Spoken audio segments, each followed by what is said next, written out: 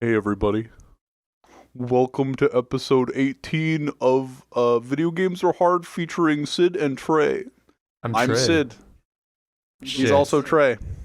Hello. And this recording is right after the end of Smash Summit 9. Like right after. It just ended. Immediately after. And I am a big Melee fan. I watch a lot of Melee. I don't play any Melee. I don't play any. I play a little bit of Rivals of Aether. That's pretty much the extent of my platform fighter-ness, right? And I watched a lot of this summit. So it just ended. So there's a lot. I'm feeling a lot of emotions. I watched a right fair now. bit of this summit. I used to be a much bigger watcher of Melee in 2016, 2017 or so. Then I had sort of a period where I didn't really watch Melee at all for a year. And now I've been getting back into it for the past few months, watching some tournament stuff. And yeah, I watched part of Summit. So, And now it's over. It's over. And I watched basically all 4 days. Like I watched, I don't know. The first day I kind of was meh. The swag tournament, not really. Like I think Axe was the only good swagger of them all. But anyway, and then it was just singles. And everybody was mad there was no doubles. I love that there was no doubles. What is this swag tournament? What? They had the swag tournament where it was just like you play a best of 2, and it's like nobody cares who wins. It's and then chat votes, like who won like the game. Because so like HBox went Ness, and for some reason Zane went Fox, and then like. And Axe won the whole thing going Young Link. But his Young Link was fucking sick as shit. Oh, yeah. I've seen Axe's Young Link before. There's no way that can possibly lose. No. And like, Mango lost. Everybody was getting mad at Plup. People were getting mad at people that were playing floaties. And we're calling it swag. Plup went Samus. So nobody can swag on floaties. So that's what everybody was getting frustrated on. Oh. Anyway. So that turned, whatever. Summit happened. And HBox won. Spoilers. But it was very intense. Like, I was pulling for my boy Plup, and before that, my boy Mango, and before that, other people, probably, you know? Yeah, we really live in an age. For like, Melee's totally different now, and honestly, it's probably more, it's more entertaining to watch nowadays, objectively, versus when I used to be really into it. Because back in the day, it was just the 5 gods owning everyone. Nowadays, it feels like anyone can win. Yeah, except HBox. Except HBox wins. Well, HBox is like the one true god, then everyone else has like a chance of beating him, but also everyone else can also beat each other if they want to. Yeah. It's interesting. It's a good place for Melee to be. Yeah. But also HBox is really good. I cheer for like everybody. There are people that are just like pure Mango fans and pure Plup fans. I cheer for like there is a scenario where I will cheer for every single player. Except for one player in Smash. Do you know what this player in Smash? I've ranted about this player before, Trey. Is this something so I should know this? I don't know if you should know this. I feel like I might have talked about it. I feel like I should know this. Is it someone like who recently got good, or someone's been good for a while? Good for a while. Is it SFET? No. Oh, I'm thinking of someone else. I think there might. I think that's a really fucking good guess. That's a really good guess. Wait, is it it's on the tip of my tongue. Crap. Okay, give me a hint. Who does he main? Sheik. He made Sheik. It's Swedish Delight. Oh, gosh, I knew it. I was on the tip of my tongue, dude. I forgot about him. I will absolutely never cheer for Swedish Delight. I like Swedish Delight when he plays Luigi. See, okay, that's part of the reason I don't. I was talking about it earlier, with the person I was watching Melee with. There's part of the reason I do not cheer for Swedish Delight is a tournament set he participated in. I like people that can go, like I cheer for people that can go on and disrupt bracket. Like I'm gonna cheer for the person in a set that's most likely to like do well. I'm not gonna I'm gonna cheer for Axe most of the time, but I'm not gonna cheer for somebody to beat Zane just to get snuffed by HBox. You know, I'm not going to cheer for a random Fox to beat Zane and then go. Like, I wouldn't cheer for SFAT against Zane. That's going into the next round against HBox. I would never do that because it's just like you're just throwing SFAT into the pit, you know? Like who cares? So, Swedish Delight. There are people that are at some point going to listen to this and go like, well, he's beaten Armada before. Oh yeah, it's Swedish true. Delight never beats anybody outside of his pay grade, except for Armada once. And like he took a couple games off Mango. Swedish Delight is very predictable. He's going to beat everybody he's above, and he's going to lose to everybody above him, and that's it. So there's no unpredictable. Like none can go on and beat M2K and almost beat HBox and pull an upset against whoever. Like that can happen. None can do that. So I will cheer for none. But Swedish Delight and the set that. So that's my one thing. I love cheering for people going on in bracket to perhaps disrupt. You know, because Mango can do that. I was cheering for IBDW quite a bit. Oh, I was too in the Leffen set. Yeah, I was cheering for IBDW in the Leffen set. I was just like, and that's like kind of counter to what I usually do because Leffen could definitely go on and beat somebody else. IBDW got good extremely fast. Didn't he start like only 2 years ago or something? I have no idea. I know it's pretty recent. I thought Zane started in like 2016, but apparently he's like 2014. Yeah, he's like a documentary kid, so 2013, 2014-ish. Which is actually relatively new. Like 2013, 2014, that's old by SMS standards, but by Melee standards, it's pretty new. Yeah. He's not a boomer of Melee, but I'm a boomer of SMS. Yeah, like even though Zane started, I guess, roughly the same time I started Sunshine, he's, I guess, would you say like a Yumer of Melee? Yeah, he's a Yumer. He's a Yumer of Melee. I'm a boomer of Sunshine. So. Yeah, well, what's funny is that Zane being however good he is right now, I know we're just gonna talk. I'm talking about Melee. I want to talk about Melee for a second. It's our podcast. If it's gaming, you know, fuck it. I know, but for people that don't know Melee stuff, if you don't care about Melee, sorry. Yeah, Smash Summit just happened. It's on the tip of my tongue, and so it's funny to think about it. We've been playing Sunshine. Trey and I have both been playing Sunshine longer than Zane has been playing Melee. Damn, we picked the wrong game. At least game. competitively. So, you know, instead of getting a Noki 3 world record last week, I could have been like winning my local. We could have been winning hella money at Summit, dude. Yeah, it could have been us. We could have been as good as Zane. I'm sure we're just as talented. Yeah, right? I would have had Trey there as my coach, and then he would have sat on commentary and commentated my set against Zane where I lost. Oh, so you're saying you're the player, I'm just the measly commentator? Okay. Yeah. Fair enough. Yeah. I can see that universe. I've always... And then you're just like, you're like Hugs. You're just like, my Luigi's sick. Dude, I feel like I don't have the right mindset to be good at competitive fighting games like Melee and stuff. I don't know. I think I just have not enough drive to defeat my opponent like other people have. It's weird. You know what? They make it sound and they make it seem really tough. Yeah. Just from a mental standpoint. Like it's not even just the mental thing. You got to first build up the muscle memory and execution as like a base.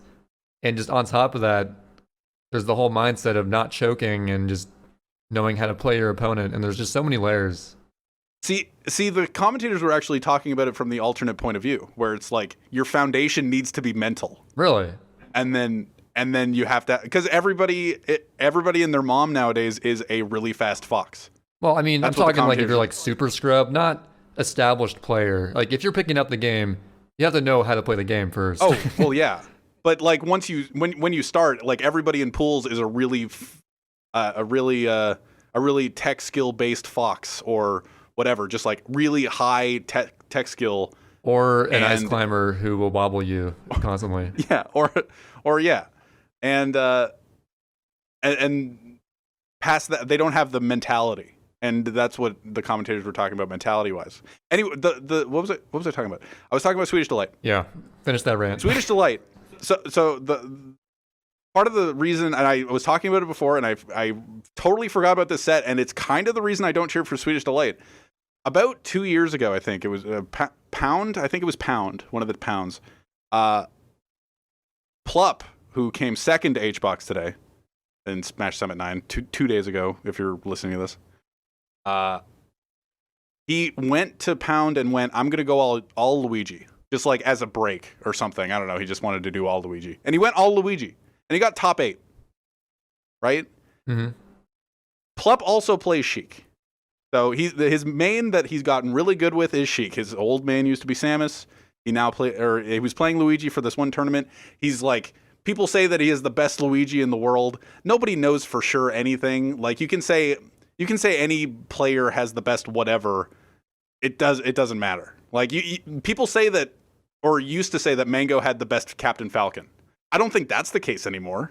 But Luigi is just like so in the mist. I think the only character you can say has the best something is HBox has the best Puff. I guess so. Yeah, he's the other best than Puff. that, you can't say anyone has the best anything. Mango has the best Falco? I mean maybe. I don't know. Yeah, Probably. see. But like look at Bobby Big Balls. He's pretty good. Okay. No, okay. So Mango has the best Falco. Mango has the best Falco. Anyway, I don't know. So okay, they were sure, whatever. They were saying that when he's playing hot. They were saying that Plup had the best Luigi or whatever, and then Swedish Delight went, "Oh, I have a really good Luigi. I'll Luigi Ditto you." So in top 8, I think it would have been like loser gets 5th. They did a Luigi Ditto, and Plup beat him 2 games in a row. I don't remember what the score was or the stock count was. I remember that Plup beat him 2 games in a row. And then Swedish went, well, fuck this. I'm going to switch back to Sheik. You have fun playing your tournament purely Luigi. Dude, I'm just going to 3-2 you. He switched to Sheik and just reverse 3-0'd him because like he was playing Luigi. Like what the fuck is he going to do? And I have not thought about that set in a while. And thinking back to that set, that is the worst thing. Like, that's so grimy. Yeah. Like he just like he goes in going like, hey, I'm gonna try to beat you with my Luigi. My Luigi is sick too, bro. And then goes, well, fuck this. I'm gonna play Sheik. Like he not only proved his Luigi's not as sick, he just did the ultimate grime move and switched back. Well, like. It would have been totally fine if he just went, yeah, okay, all right, sure, your Luigi's good, whatever. This is a tournament. I'll play all Sheik. Like, that's fine. And I would sit there and respect it. I'm like, you know what? He didn't go in with the... Yeah, but, like, he played the first 2 games. He's like... It's not like everybody wants to watch Luigi Dittos. Well, actually, I kind of do, but that's besides the point. I love Luigi in any context. And so, like, he plays the first 2 games as Luigi Dittos and goes like, well, okay, now I'm gonna play. It's like in the documentary where what fuck, I can't remember his name anymore. Who's the Now We Will Try guy? Can't remember his name. The guy who says it? No. Oh, Korean DJ? Korean DJ. I was seeing I thought Kazoo. I was just like Kalamazoo, that's not right. Probably him, Kalamazoo's the peach. Kalamazoo's a peach. Anyway. It's like the Now We Will Try guy, but like on a big stage. Where he's just like, oh, I'll play Luigi. Now I'm going to play. And so you're just kind of like wasting everybody's time and kind of lame. And who really cares? Mm-hmm. Like it's either commit to the Luigi or just go Sheik. Like if you're just going to end up going Sheik anyway, who cares? And none of this wishy-washy bullshit. You got to commit to one. So yeah, then that's part of the reason. But also he doesn't. I like people that disrupt the bracket. Yeah, that's fair. What was my point? You were just saying why you didn't like Swedish Delight. That's kind of my point. I was thinking about it today. But yeah, Summit was great. I really liked watching all of Summit. I kind of wish that I watched more of it because I probably watched like a dozen or so matches from yesterday, and then I watched a handful today. Not as many because I was doing some other stuff, but I did watch like the ladder matches today, and they were pretty hype. So yep. In particular, the Hacks versus Mango set yesterday was insane. Yeah. I watched that one. That was crazy. You know what's funny? At this summit, there were so many spacies. Like there's just like, there are legit 3 Falcos. Like 3 different Falco players, which is super rare that Mango isn't the only Falco. And then the basic number of Foxes, which is like 4 or 5. 5. Yeah, whatever. there was a period There's a where lot of Falco foxes. wasn't really showing up at all, but Falco's really fun to watch. Well, my point is, you were saying you were really hyped for the Hacks Mango set, or watching the Max Hango or The Max Hango set.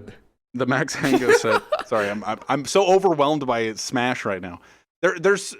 My point is there were so many spacey dittos. There was just so many spaceys that for some of the spacey matches, I just kind of like had it on in the background while I played Raid Shadow Legends, like legit. Raid Shadow Legends. I don't remember which ones I paid attention to. Like I watched Leffen IBDW today, and I watched a lot of the Mango sets. I think I paid attention like half to the Hacks set. Man, wait, was the Leffen so IBDW one the one where he threw his controller? He whipped his cord. Oh. He didn't throw his controller. See, I wasn't looking too closely. I thought he actually threw the controller down. No, he whipped his cord, and I was just like, yeah, I get it. I feel like sure, like you can be salty after a match, but I feel like in like modern Smash, it's not as impactful to do like a salty controller throw type deal. Not as impactful. Like, I don't know. It's literally like, more impactful. Well, may as well capitalize on the moment to end up in a GR Smash video. Yeah, I guess. You know, it's just not as like. I feel like it's not as authentic. Maybe I'm wrong. I don't know. It's. Sometimes you just get emotional, man. Yeah, I was sitting there watching. I don't doubt them for being salty. It just seems weird. No. I was watching so many of those sets, and I was thinking to myself, like, if I was in this person's shoes that's about to lose, would I throw that? Like, especially being a person facing Hungrybox losing, like, would I smash something? I'd probably smash. If I was to smash something, it wouldn't be my controller because those are valuable. But yeah, maybe I just like. I don't know what. Yeah, smashing like the TV. Like, hell yeah, dude. Yeah, just like calmly roll up your controller and put it in something very soft and then throw it. Yeah, there you go. You know? Yeah, that's what you'd do. Hacks, like throw your whole Smash box on the ground. Yeah, imagine that. That'd be Buttons insane. Go everywhere. Yeah, a lot of unreally predictable things. Because in Smash Summit 8, Grand Finals was Axe and Wizzy. Wizzy didn't even start in winners. And Wizzy and Axe was projected to be, if like Wizzy didn't even make it, but Wizzy and Axe would have been losers round 3 if Wizzy made it. But he didn't even make it. Crazy. And it's insane, like, how much shit changed. Like, Leffen got 9th. That's what I'm saying. Like, everyone except for HBox is like, you never know what's going to happen now. Mango's hey, 3rd twice. Genesis 3rd. People talk about how, like, you mentioned how, like, the Emperor Lemon video, which, by the way, EMP Lemon on YouTube made this sick video about why Hungrybox, there will never ever be another player like Hungrybox. It's a really good video. And one of the points he made was that, like, even, like, all the gods fell off, even Mango, who didn't win a tournament at all in 2018. Was that what it was? Yeah. And you look at that and it's like, okay, well, maybe he didn't win one, but he's consistently getting like pretty high placements. So I don't know. Kind of. I went back to check that. I was just like, wait, he didn't win one tournament in 2018, and he's right. He didn't. I think he won like was it Full Bloom that didn't he win Full Bloom or something in 2018? I feel like that was one of them, but I looked at it and I couldn't find a tournament that he won. I'm like, oh, I guess. Like, sure, it is crazy to not win something, but I'd say getting consistent seconds and thirds is still pretty rock solid. Yeah. The end of that Emp Lemon documentary documentary video. Yeah. The end of it was oddly opinionated, but it's pretty good. Like, it's pretty good, but it's one thing I really enjoyed about it is watching Plup watch it. Like, watching Plup react to that was so funny, and Mango was in the chat, and it was pretty great. Well, see, the thing is, so you're saying it's opinionated. I don't think it was meant to be like a true documentary. It was really just more so a video essay from his perspective, like covering, like, it's mostly factual, but he's going to give some of his own takes on stuff as well. Yeah. It's a great video. I really enjoyed it. and it irked me the things that he said about Mango later on, because something that Mango pointed out after the end of year Smash rankings that ended having Mango third place below Leffen and Hungrybox. He was just like, I'm the only person last year that won 2 super majors. Like, he was the only one to win 2 super majors. Hungrybox won 1, Leffen won 1. Wait, is that true? Axe won 1. And Mango and Mango, I almost made the exact same mistake. Mango won 2. And he won Gommel and the Big House 9. Oh yeah, I guess that's right. So that was interesting. Like, a lot of the power rankings at the end of last year was like Leffen had a problem with them, Mango had a problem with them. Like, Leffen didn't have a problem with them. He's been having a problem with them for years, and then he had a problem with them the opposite way, being like, in 2015 he should have been like first, or like second above Hungrybox or something like that, because Armada should have been first, something. And this past year he was just like, yeah, you've ranked me too high now. Like, you don't get it right. You've never gotten it right. I'm way too high. So I thought that was really funny. But so are the power rankings really that important though? Why do people rage about them so much? Well, nobody really cares. See, the funny, they don't really care about them. Genesis didn't even acknowledge them. Like, Genesis was the weekend after the power rankings came out, and Zane's 6th on the power rankings right now. And Zane is what everybody's like. Zane didn't perform very well at the end of Smash Summit 9. He lost to Mango, so he got fourth. Yeah, fourth. So everybody's been ranting about Marth and Zane for this Smash Summit 9, but he got 6th, and he won Genesis. He got 6th on the power rankings, and then Genesis seeded him 2nd, I think, or seeded him. What'd they rank him? It was like seeded 4th or something, because in the power rankings he was behind Axe and Wizzy, and Axe and Wizzy for the last half of the year have not been going to tournaments. So they, like, in the beginning of the year, Wizzy won. I can't remember what tournament he won. It was before Smash Summit 8, and then he performed 2nd place, got his sponsor Envy at the end of Smash Summit 8, and then didn't go to tournaments for half a year, and then got 17th at Genesis. So everybody that performed, everybody that worked really hard for their placement at the end of last year, like Zane worked really hard. Plup was split between Ultimate and Melee, but still worked his butt off going to tournaments. Leffen, complaining about being from Europe, still went to more tournaments than Axe and Wizzy.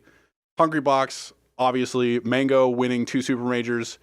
Like, everybody has been trying to perform as much as they can, except for the 4th and 5th ranked people who were Axe and Wizzy. And Axe and Wizzy both got washed in Genesis. And that's what a lot of people were like. I was watching after Genesis, Mango and Leffen talk about the power rankings and the Genesis performances, and they were just like, lol, everybody that deserved to get washed got washed. That's pretty funny. And because Axe lost to, I'm screwing myself over by trying, but like, I can't. He lost to Panda. If you don't know, I probably don't know, to be honest. He lost to Panda, and then somebody else. I can't. An Army?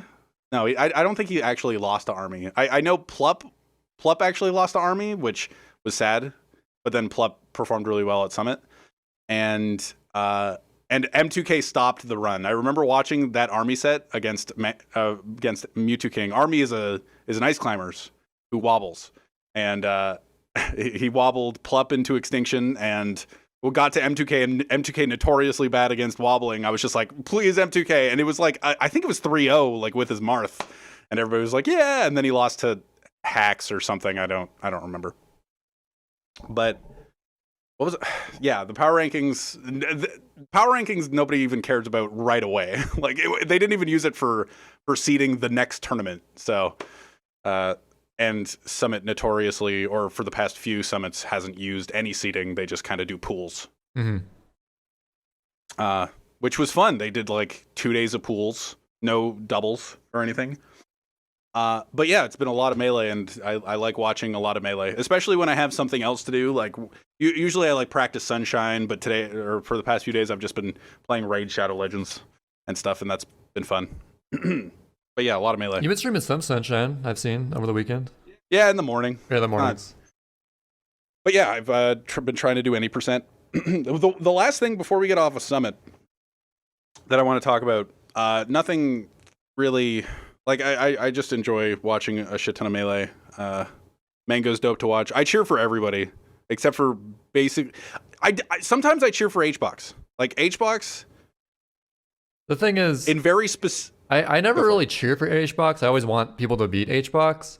But when HBox wins, I don't know, I just gain even more respect for him, how consistently good he is and how clutch he is. I look forward to HBox sets. I don't know what situation I would cheer for HBox. I might cheer for HBox in a Swedish Delight set or SFAT set, but otherwise, I can't really think of anybody. But I do really look forward to HBox sets. And one thing that I was kind of sad that didn't end up happening, like they did, AMSA and Hungrybox did end up playing, and they played in pools, and AMSA got washed because he didn't have any puff practice, and HBox was playing against Nez, who's the controller maker that also plays Yoshi, and he had a lot of issues with that. But one set that didn't happen that I kind of want to happen, but also at the same time I know it's really hard for Axe to play, is Hungrybox Axe. And I want to see like how far he can push, because Pikachu against Jigglypuff looks like the worst thing on the planet. It was like Pikachu against Peach. Oh yeah, I remember how many times Axe got so close to beating Armada. It's tough. It looks so tough. And one of my favorite sets is our Summit 5. How can you remember what Summit it is?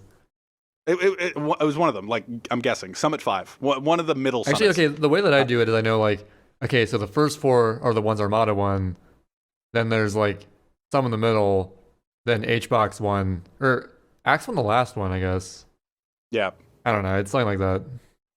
It's like 4 Armada, Hungrybox, M2K, Hungrybox, Axe, Hungrybox. I think Hungrybox only won 3. This is his 3rd one. Oh. So I think it's like, wait, did Hungrybox won the 5th one? I know it was 4 in a row. Maybe Armada made it 5. I don't know. He had whatever. What was I saying? Axe versus Peach. One of my favorite sets is Armada versus. It wasn't even like winners finals. It wasn't like late in the bracket, but Axe worked so hard, and the commentary was. I love Scar commentary, and I love Toph commentary, and everybody that was on the couch was great, and they just made. And Lovage was commentating as well. The Summit is great for Melee and just and for having it on in the background. Like, having it on the background and just listening to the commentary is really good. They had Webbs for the first time in this Summit. Webbs is a commentator that I've loved for a while, that from the Midwest, I think. And he hadn't gone to a Summit until now, and he was great. I love Webbs. I love all the commentators they have. They had a lot of Leffen. Plup commentated a lot.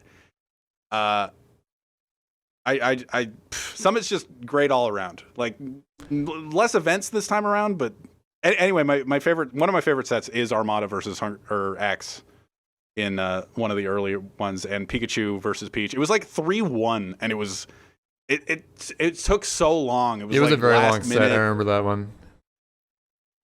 And I'm kind of with everybody to an extent. Like, I'm kind of sick of watching Puff Fox, but like I'm down to watch like Puff Marth, and I'm down to watch Puff other characters. Yeah, I was just gonna say that. I usually, if it's like a puck, like I actually I took a shower after like the first couple of games of the grand finals set 1 in this Summit 9.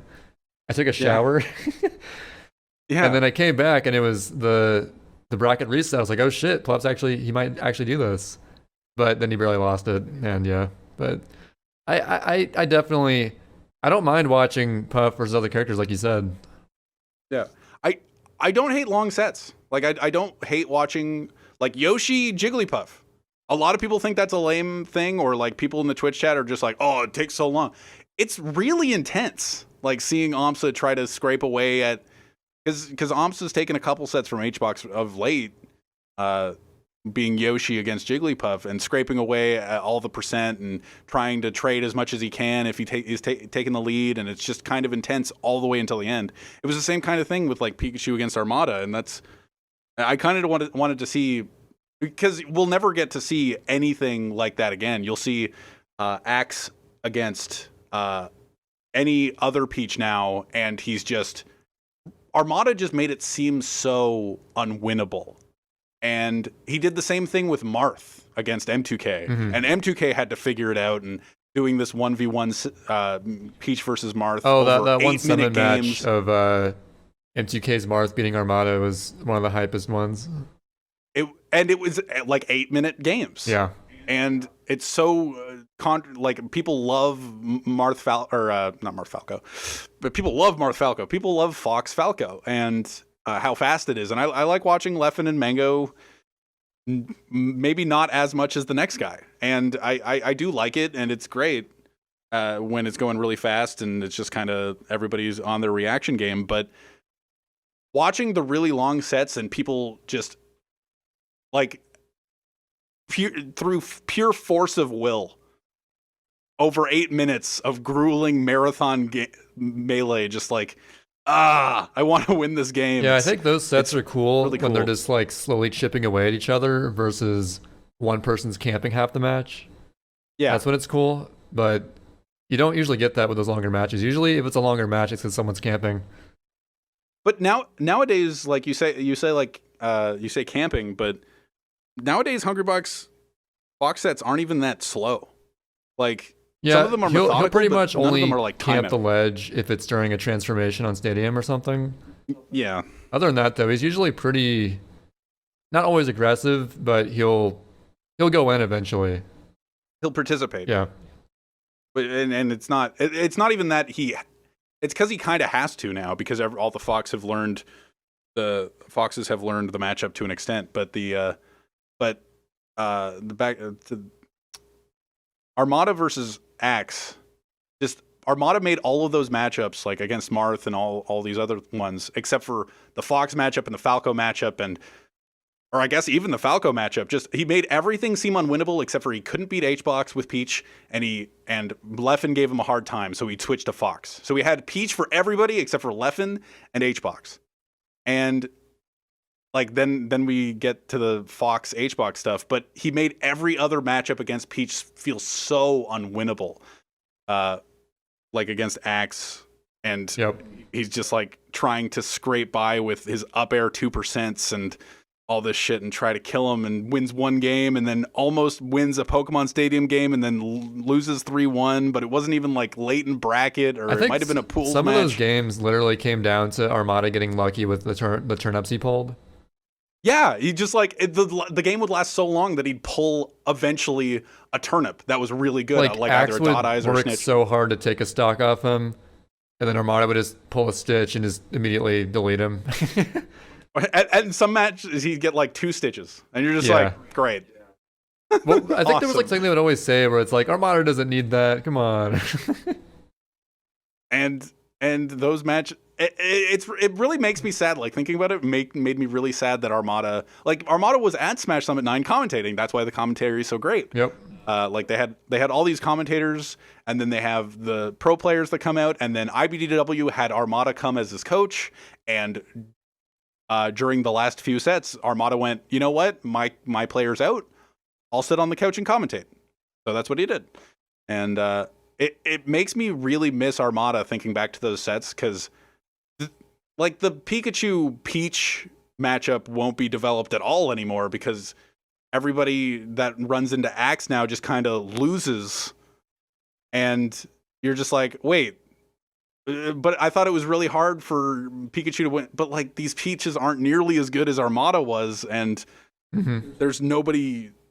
I want to know what the highest ranked Peach is, like legit, Is nowadays. There's a Peach ranked in the top 50 at least, right? probably like Laud. Like Maybe higher Laud? ranked than the highest pup, I'd say. But it's just like, it's so interesting to think Armada made it feel so unwinnable, all of these matchups, and then like Axe goes up against Ryobeat and Triphasia or whoever, and then just it doesn't. It seems like it's work, but he eventually like wins a 3-1 set, and you're just like, huh. Well, I guess that happened. And then like the Marths beat Peaches and all this stuff. It just made me miss Armada. Yeah, Armada not But being around anymore definitely changes the whole landscape of who can rank higher in tournaments more often. I want to know like the alternate universe where Zane and Armada exist. Yeah. Because Armada retired like just as Zane started, really. Or just as Zane started really getting good. Yeah, that's because Zane's been around for a while, like relatively speaking, but yup. I remember when I don't remember what tournament it was. I won't even try. But I remember when Zane took his first win, and like nobody knew who Zane was, and it was off stream. Was it that one on Plup? It was off stream on Plup. Yep, I remember that. And I remember people being like, and I think the same tournament Axe lost to somebody off stream that I don't remember the name of now. Like it might have been Panda again or some Fox, and like it was the same kind of thing where Zane beat Plup off stream, but nobody knew who Zane was, and I was like, wait, Plup lost to this random Zane, and I think Alex19 or somebody had a recording of it, and I watched like Twitter. A little bit of it, and I remember hearing this guy and being like, oh, all right.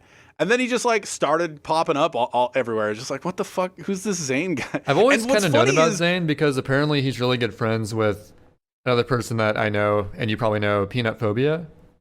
Yep. They're really good friends. So Peanut Phobia was always telling us about how, oh, this guy Zane, he's really rising up. He's going to get really good someday.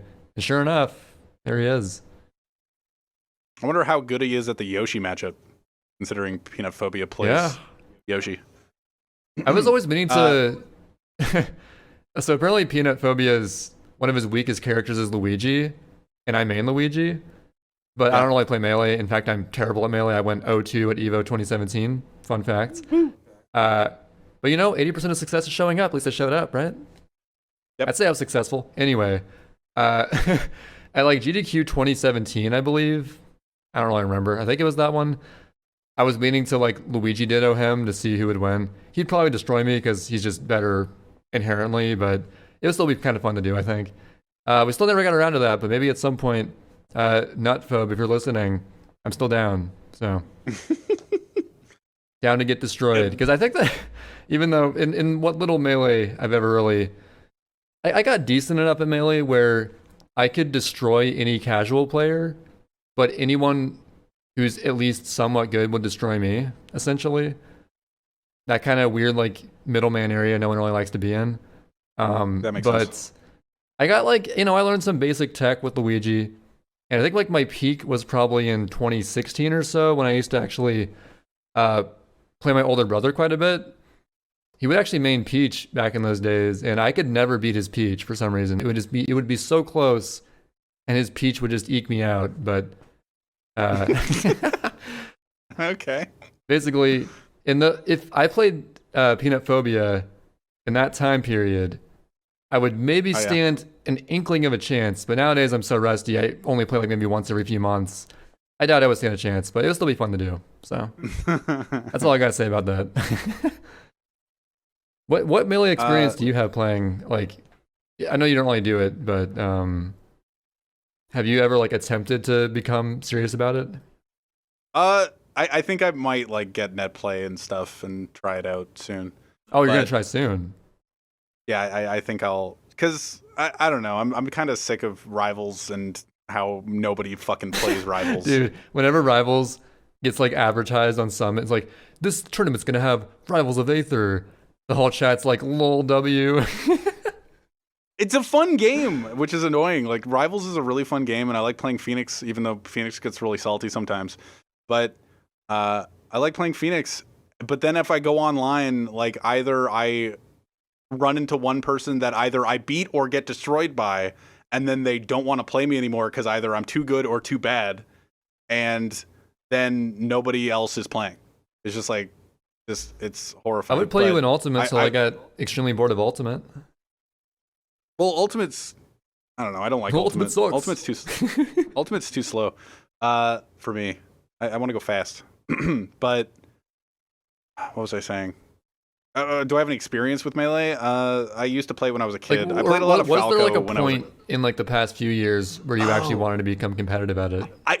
I did turn on Melee once and moved around as Sheik for a half hour. Ooh, Sheik, good choice. Yeah, that was kind of it. Other than that, I was just like, well, I have nobody to play with, so rip. I secondary Sheik, so I can always respect, like, it's always satisfying getting that F tilt into fair kill. You know, people frown on that. It's like, oh, it's so lame, but I love doing it, so. Anyway. But the Zane thing, what's funny is that Zane's first, according to the couch today, I was thinking about it before the couch even mentioned it, but they mentioned that Zane's first PGR top 100 win was Plup. Like, Plup was his first top 100 win, and that was like, what, 6th at the time? So that's pretty crazy. So that's nuts. And now Plup is the only person that he seems to have a lot of trouble with. Like, he lost to Mango, but Plup made him. Yeah, Plup just like always seems to beat him now. It's almost as if he has this vendetta. It's like, I cannot lose to this guy again. Come on. It was fraudulent, I swear. And the storyline for the summit was all the Foxes being like, well, the Marth matchup is so hard. We're all going to go to Sheik for the matchup. And then the Plup played Sheik against Zane's Marth and 3-0'd him. So, maybe that's it. Maybe Zane just knows the Fox matchup so much. Dude, there was so much. I guess you didn't watch. You said you didn't watch a lot of Summit. Most of the storyline was like for the commentary, like IBDW after his set was coming over the mic and talking about it. The Foxes are like getting really mad at the Marth matchup, and they're just rip shit pissed at it. They're saying it's an unwinnable matchup if the Marth plays well, and the Marth that plays well is Zane. And I was thinking about it from that perspective. It's just like, what is the difference? Like, everybody complains about the Jigglypuff match, or nobody complains about the Jigglypuff matchup really anymore. It's kind of died down. It's more the H-box matchup, you know? Mm-hmm. Like, that argument's already been killed. Just like out of the top 35 and by the Amp Lemon documentary thing, there's no Jigglypuff in the top 35 other than the best player in the world at the current moment, Jigglypuff. Jigglypuff, the best player in the world. Jigglypuff is the best player in the world. And all the Foxes were complaining about the Marth matchup, and Leffen's been complaining about the Marth matchup for years, and I've known that. And like, even when he was beating everybody that played Marth, he was still complaining about it. And Zane comes, and everybody's just complaining about the Marth matchup now as bad. Like, apparently IBDW last summit was talking about how he thinks Fox wins, and now everybody's convinced that Marth wins it. But the difference, it's funny to think about the difference between everybody complaining about the Jigglypuff matchup, it dying down, and it just becoming H-box. You know, it's the H-box matchup that everybody needs to learn, versus the Marth matchup being the Marth matchup. Nobody's complaining about the Zane matchup, but like, nobody else is doing what Zane's Marth is doing. Like, no, Pew Pew was referenced in like a mocking way on the couch. And he's like the best, or the second best Marth currently, right? So it's interesting because, like, I guess Pew Pew's top 15 now, top 20. I don't know. I'm surprised there's just not more players playing Marth, to be honest. There's a fair bit, like the Moon. Like, we know a lot of Marths. Well, at least like at like the tippy top level. Yeah, like, there's quite a bit like in the lower portion of the top 100, I guess. It's just really interesting to me that all the Foxes are just now complaining. Well, they were all complaining about the Marth matchup, but now they're all just like vehement about it, even though there's only one doing it, just like H-box with Jigglypuff. It's just really interesting to me. By the way, can I just mention? Did you find it funny what like IBDW would say after he did his matches today? Find what funny? Like IBDW when he won against who would he be? Like Leffen and someone else. He would like go to the mic and be like, "Yeah, he was playing awful. I don't know. Yeah, same with Fiction. He did the same thing with Fiction. Like, isn't that weird to like say, yeah, the other person was playing bad? I can tell. It's like it's just like this Fox. It's all the Fox group in-group talk, where they all just like know each other or know each other's play style enough that they're just like, yeah, he wasn't playing well, and he, like, I know exactly what you're talking about, and I listened to what he was talking about or what he was saying.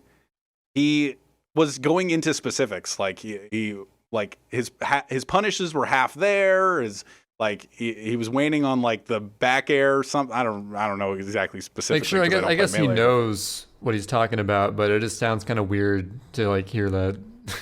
Well, IBDW is a big studier. Like he's studied he's got a lot notes of Foxes on notes apparently. Yeah, like did you see him go to the mic after his Zane set, like first day? No. Like that was the foundation of the storyline of the Foxes complaining about Marth, where he came up to the mic and started just ranting about it. He was just like, "Oh, it's unwinnable." It's just like all this stuff, and all the Foxes like stood in solidarity with him.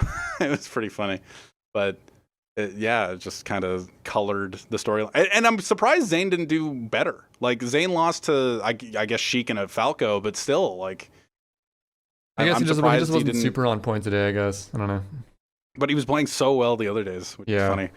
So the last thing I want to talk about before we get off of Summit was the announcement of Smash Summit crossover. Yeah, so I didn't really quite follow that. Was there going to be a Melee-specific Summit before that, or is that just the only thing that's going to happen? That's the only one that's going to happen. Wait, so they announced 3 things, though. What were the other 2 things?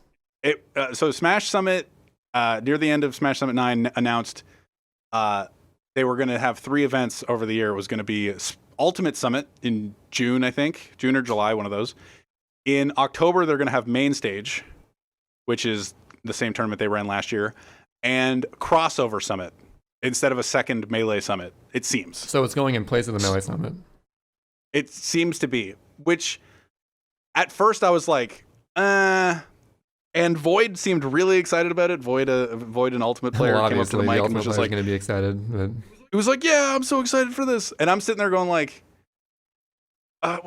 somebody said something on Twitter and was just, or it might have been Void, and he was just like, yeah, we don't really get to hang with you guys ever. So like, it would be really cool. And I'm sitting there as a spectator being like, aren't they at like every major together? Like the Big House has an Ultimate. Yeah, they're usually combined in some fashion. So like maybe since Pichu was nerfed in Ultimate and Void hasn't been performing very well in tournaments, maybe he's very excited about it. Well, you know what it is? Because like the environment, if you're actually there, like at Summit, it's much more like comfy than an actual tournament setting, I guess.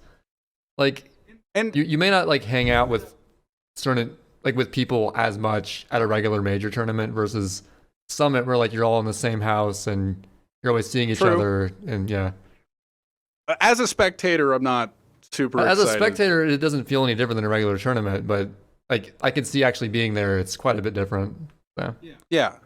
So BTS Beyond the Summit is going to run the Ultimate Summit, and I'm fine with that. Whatever.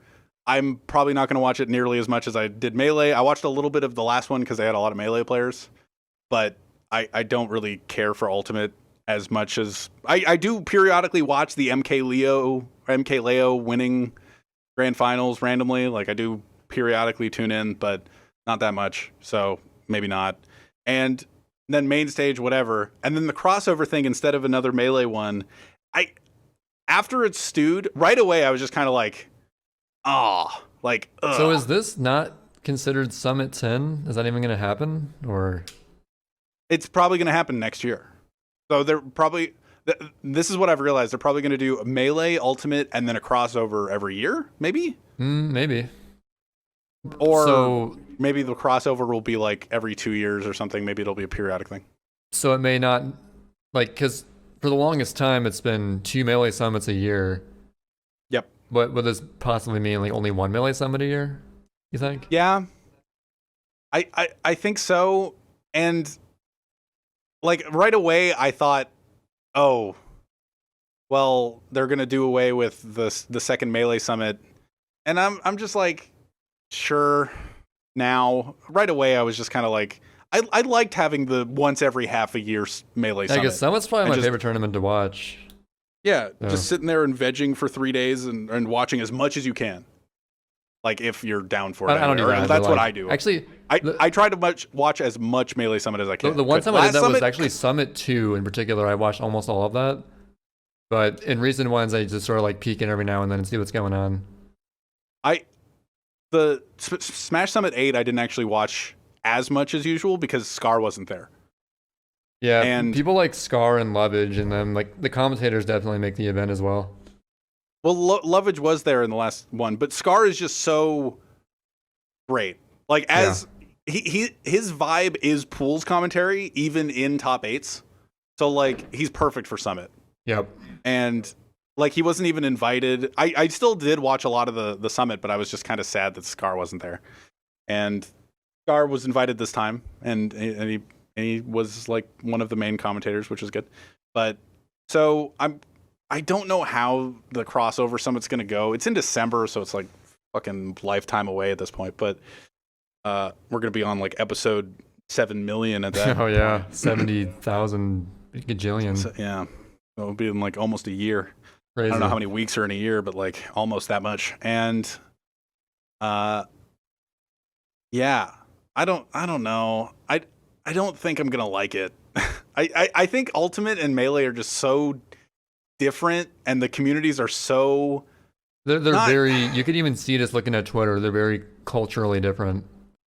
There are very few players that play both. Very, very few. Yeah, you got like Plup, and then Leffen, kind of.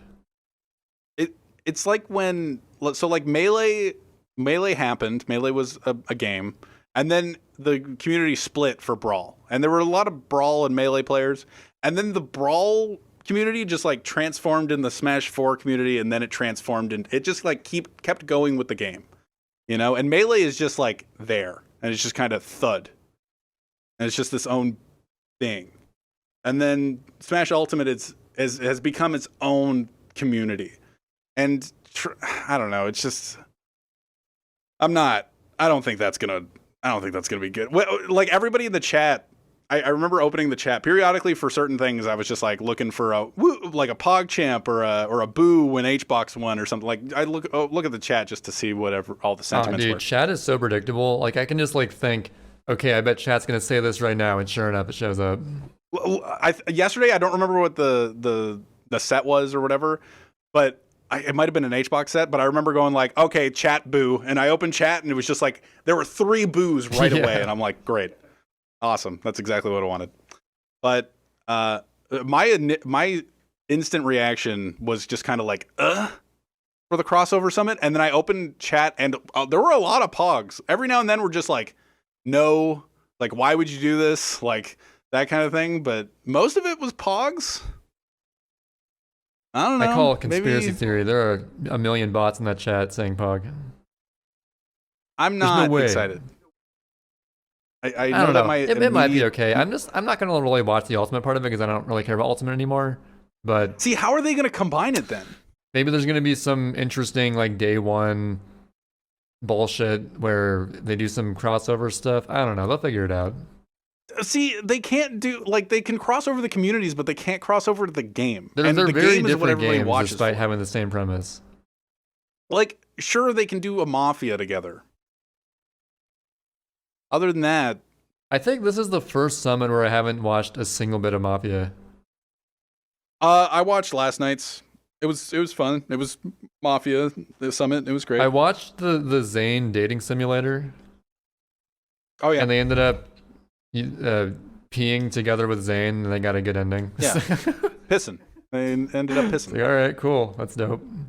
Yeah, and then they victory, and then the Hugs dating simulator was eventually the chat just denying Hugs. Hugs being so desperate that they just kind of like shrugged him off. That's hilarious. It was great. but yeah, I don't know how they're going to cross. I'm going to watch part of it at the very least. Like, I don't like a lot of Ultimate, but I don't know how they would cross over the game because a lot of Ultimate players are really bad at Melee, and a lot of Melee players are not that good at Ultimate. So it's just, I don't know how they're going to combine. And like, are they just going to play like F-Zero GX instead and just all play different, like a different game, you know? I don't know. Maybe I'm sure they got something up their sleeve. Probably. I'm hesitant. That's all I'm saying. Anyway, that was my talking about Melee. That was 2 scrubs of Smash talking about Smash for an hour. I watch a lot of it. I don't play it. I'm getting back into it. There was a period where I just didn't watch any tournaments for a few months, but then still, like nowadays, I'll tune in every now and then and be like, oh yeah, get kind of like nostalgic about it, some certain matchups. You know. I do know. But moving on to the next topic. Today, I watched the Sonic movie. Oh yeah. The famed Sonic movie that originally looked like trash because the Sonic model was some crazy bullshit. That wasn't. I don't know what that was, but they definitely fixed it. It looks fine now. And yeah, overall my thoughts on it. It's definitely like a kids movie. You know, it's Sonic, of course. Jim Carrey was great, obviously. Ben Schwartz as Sonic, I thought was pretty dang good. Actually, I've seen like Ben Schwartz in some YouTube videos a long time ago. Did you ever watch, I highly doubt it, Jake and Amir on YouTube? Yeah. Like you used to tell me to watch a lot of those. I think I watched a couple of those back in the day. Yeah, there was this series on College Humor called Jake and Amir from years ago. Every now and then, Ben Schwartz would show up as a guest on those episodes, and like the theme with those episodes is he would always be like some new position. Like one time he was the milkman, one time he was like a realtor. I don't know, he was pretty funny on those, so I knew he'd be good. But yeah, the movie as a whole, it's, I guess to phrase it, it's fine, but it's like very generically fine, if that makes sense. Yeah. Like they play it pretty safe. There's some cool references. Like, I grew up with Sonic pretty much my whole life. I played quite a few of the games growing up. And they had some references that I got, which is kind of cool. It's stuff that pretty much anyone would get probably, like, it's in Green Hills, Montana, and, you know, Green Hill Zone, haha. That's level 1. Yeah, that's level 1 of Sonic 1. Gamer right here, that knowledge. I have never... I was talking about it the other day. I have only played one Sonic game, and it was for the Sega Game Gear for 5 minutes while I was moving my cousin. Oh, was it Sonic 1 on Game Gear? Or a Sonic game. I don't know if it was Sonic 1. No, there was a Sonic game on the Game Gear that I played for 5 minutes while I was packing my cousin up, and then I put it in a box, and then I've never played another Sonic game in my life. Yeah, I mean, I don't blame you. The Sonic games, I feel like if I didn't grow up with them, I wouldn't appreciate them as much as I do. I don't play too much of the newer ones. I played Sonic Mania. That was a really good game because it was like a really, really well-made 2D Sonic made by fans of Sonic as opposed to Sega. But yeah, the movie, it was, you know, they did probably the best they could do given the source material, like putting Sonic into like a real environment with people and everything. The relationship he had with like the cop Tom he went along with seemed pretty realistic, I guess. I don't know. I think overall it's a good movie if you don't take it too seriously and just kind of, there's a few clever jokes sprinkled in there, a few good lines. Most of it pretty forgettable, but I'd say overall it was pretty good. So check it out. The opinion I've seen on Twitter and like movie review places and stuff it's like it's surprisingly okay. Like, yeah, it's better than you'd think, but it's not great. Which honestly, in my opinion, might be a bad thing because if it was horrendously bad, it would be like a legendary bad movie, you know? But instead we have, I've heard a quote, I forget who said it, but someone said that the worst thing a movie can be is okay. Because those are probably the movies you're going to forget about the soonest. It's The Room versus I don't know. Some random. You can't even remember because it's okay, Ender's right? Game. Ender's Game. Yeah, there you go. That's a very like bad movie, but not bad in a good way. Like the Room is what everybody like tries to be in, like famously bad. Like so bad that it seems like you made it bad on purpose, but it's so entertaining for that fact. Yeah, I think like The Room just became.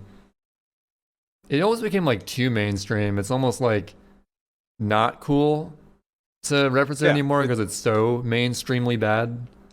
It's definitely not cool. Yeah, definitely not anymore. cool.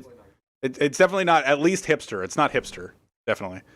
Well, like after James Franco, if you make such a bad movie that James Franco wants to make a pseudo or not remake, but like documentary about it, starring James Franco as you did it. You did something right. I think you did something right. But then it also makes it less cool at the same time. Oh yeah, for sure. So it's just like it's famous. So Sonic's good. Sonic's an okay movie. At least it wasn't bad. Yeah, I thought it was like pretty easy to sit through. Nothing. There were a couple kind of like okay moments. Like Sonic literally does the Fortnite floss a couple times. Great. And I'm like, okay, cool. This is meant for kids. I can tell. Dude, the Energizer Bunny does the floss dance now. It's so hip and trendy though. And why is everybody using the floss dance in their commercials? God. I feel like the floss is like the easiest Fortnite dance to animate. So they're like, yeah, just throw it in there. The kids will love it. Fuck it. Ugh. Disgusting. Animation was good. Speaking of animation, I don't know. Overall, it's like we say video games are hard, but I would say that what's even harder is movie adaptations of video games. I don't know. I'm not with that theory. Like making them good. I'm not with it. I'm not with that thought.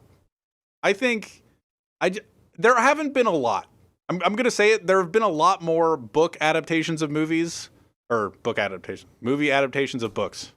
Thank you. You're welcome. I had it flipped in my brain. And I've been listening to too much Smash commentary that uses idioms like in the they use just off idioms that I think none kept saying double thinking instead of second guessing. And I'm just like he kept saying double thinking. I'm just like, it's not like, I understand what you mean, but it's just off of what you like. No Smasher knows idioms, which is weird. Anyway, so doublethink sounds like some 1984 shit. Yeah, it's just like it's just like, oh, he's making him double think. It's just like double speak. Second guess. Okay. But what was I saying? There's been more movie adaptations of books than there have been movie adaptations of video games. There haven't been very many. And you know what's an okay video game movie? And a lot of people might not agree with me on this. What do you think? Wreck-It Ralph. Wreck-It Ralph is not like, there are video game characters. It's not an adaptation of a video game, and it doesn't count if you made a movie and then make a video game based off that movie. It doesn't count, obviously. You're right. But Prince of Persia: Sands of Time is okay, and a lot of people fucking hate it.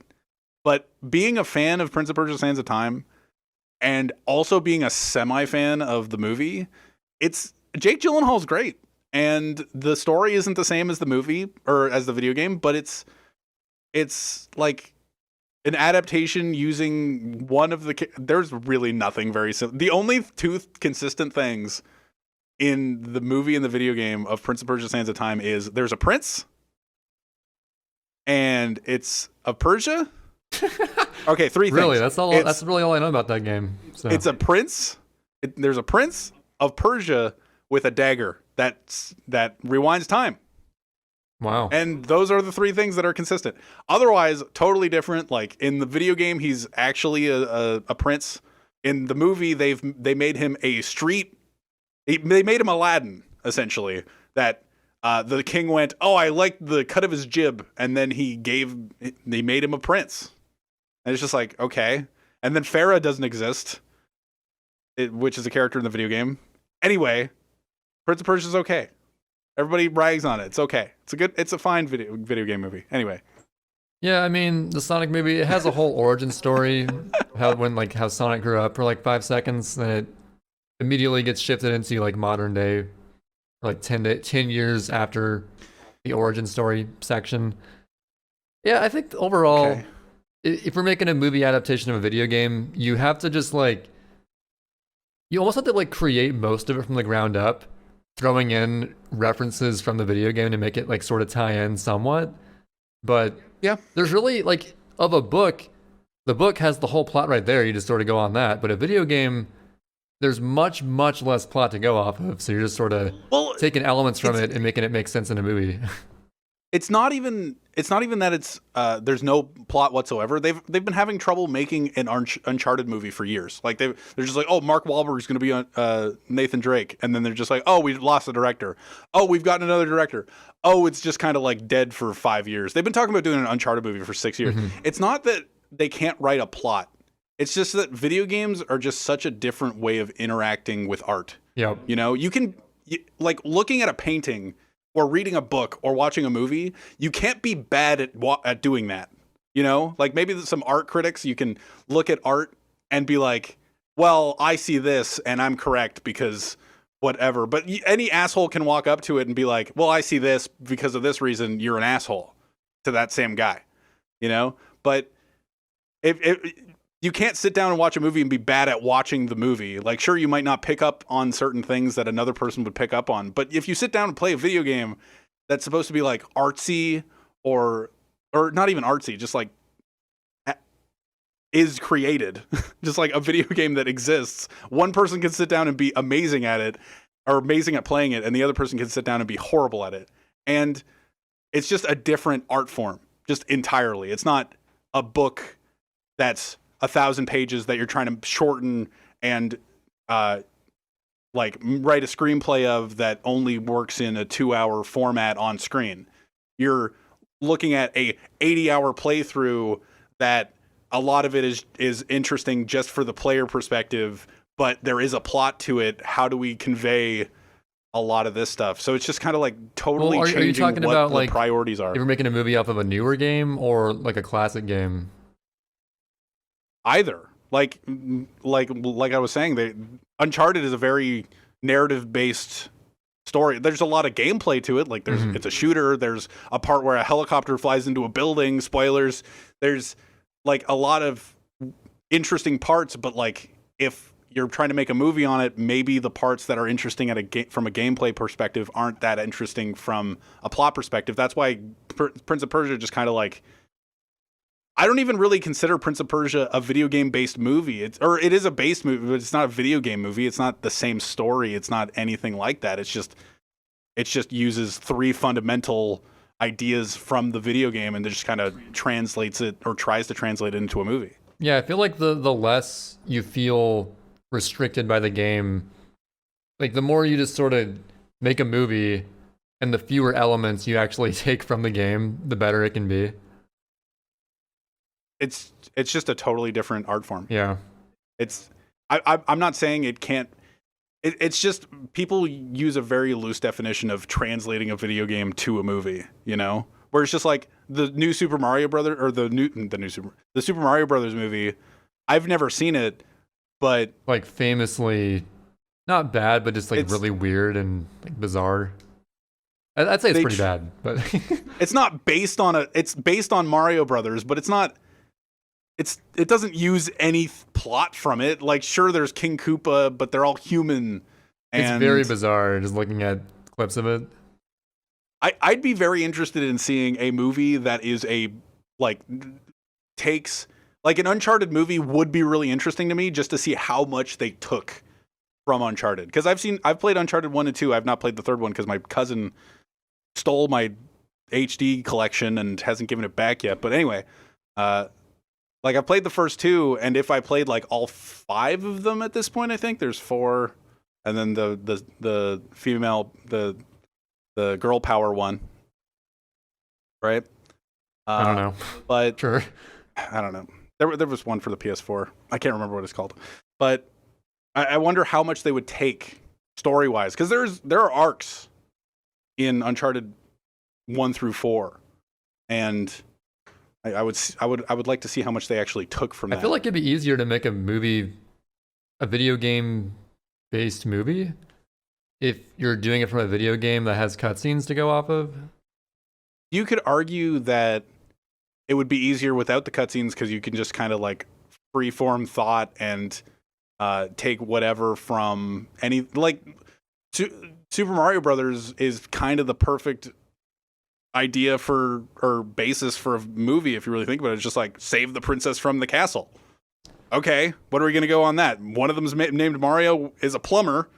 How the fuck is this plumber gonna save the princess? And you're just like, okay, let's try to think of something here. Well, it's not going to be just running and jumping through levels. It's got to be something totally different. Yeah, so you just kind of like do a free-form thought experiment and try to figure it out. But it must be really hard to do that. It's hard, I'm telling you. I think the hardest thing about it, and I think this is just a thought that I had while talking about it, is they're shooting themselves in the foot because the worst movies are movies that just have like not a huge writing team, but a huge note team where it's just a bunch of producers looking at every single decision that each writer or the writers make and the directors make, and they try to please the lowest common denominator with it, where they put out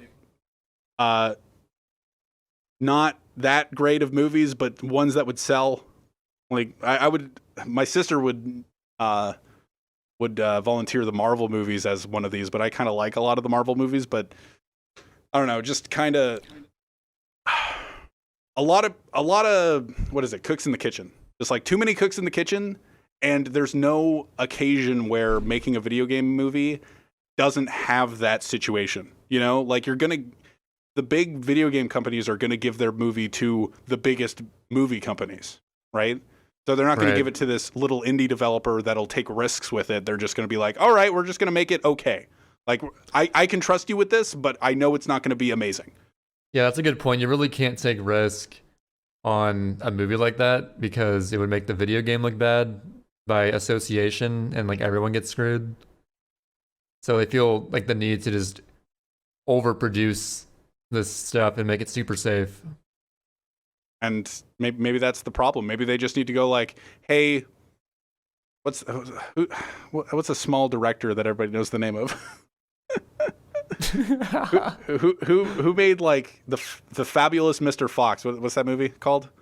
The Fantabulous Mr. Fox? Shit, I don't know. I can't remember what that movie's called. I don't watch very many movies. Like the director of that. Just like get the director of the Fantastic Mr. Fox. What's the movie called? I can't remember. And just make a paper mache movie of Mario. A Paper Mario movie in paper mache. Oh, Paper Mario. Dude, I would so watch a Paper Mario movie. Oh my God. Yeah. I love Thousand Year Door. I don't. But that's I don't know. I don't know. But maybe that's the issue that they have with mass-produced video game movies.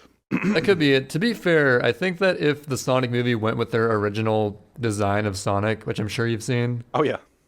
If they went with that probably would have been like the death of Sega. Well, see, it's so bad. But then it goes back to your argument where you were saying an okay movie, but it's like a horrible to the point of recognizable rather than a horrible to the point of. Oh, yeah. It would have been more memorable for sure. But people would not look at Sega in as good of a light, probably.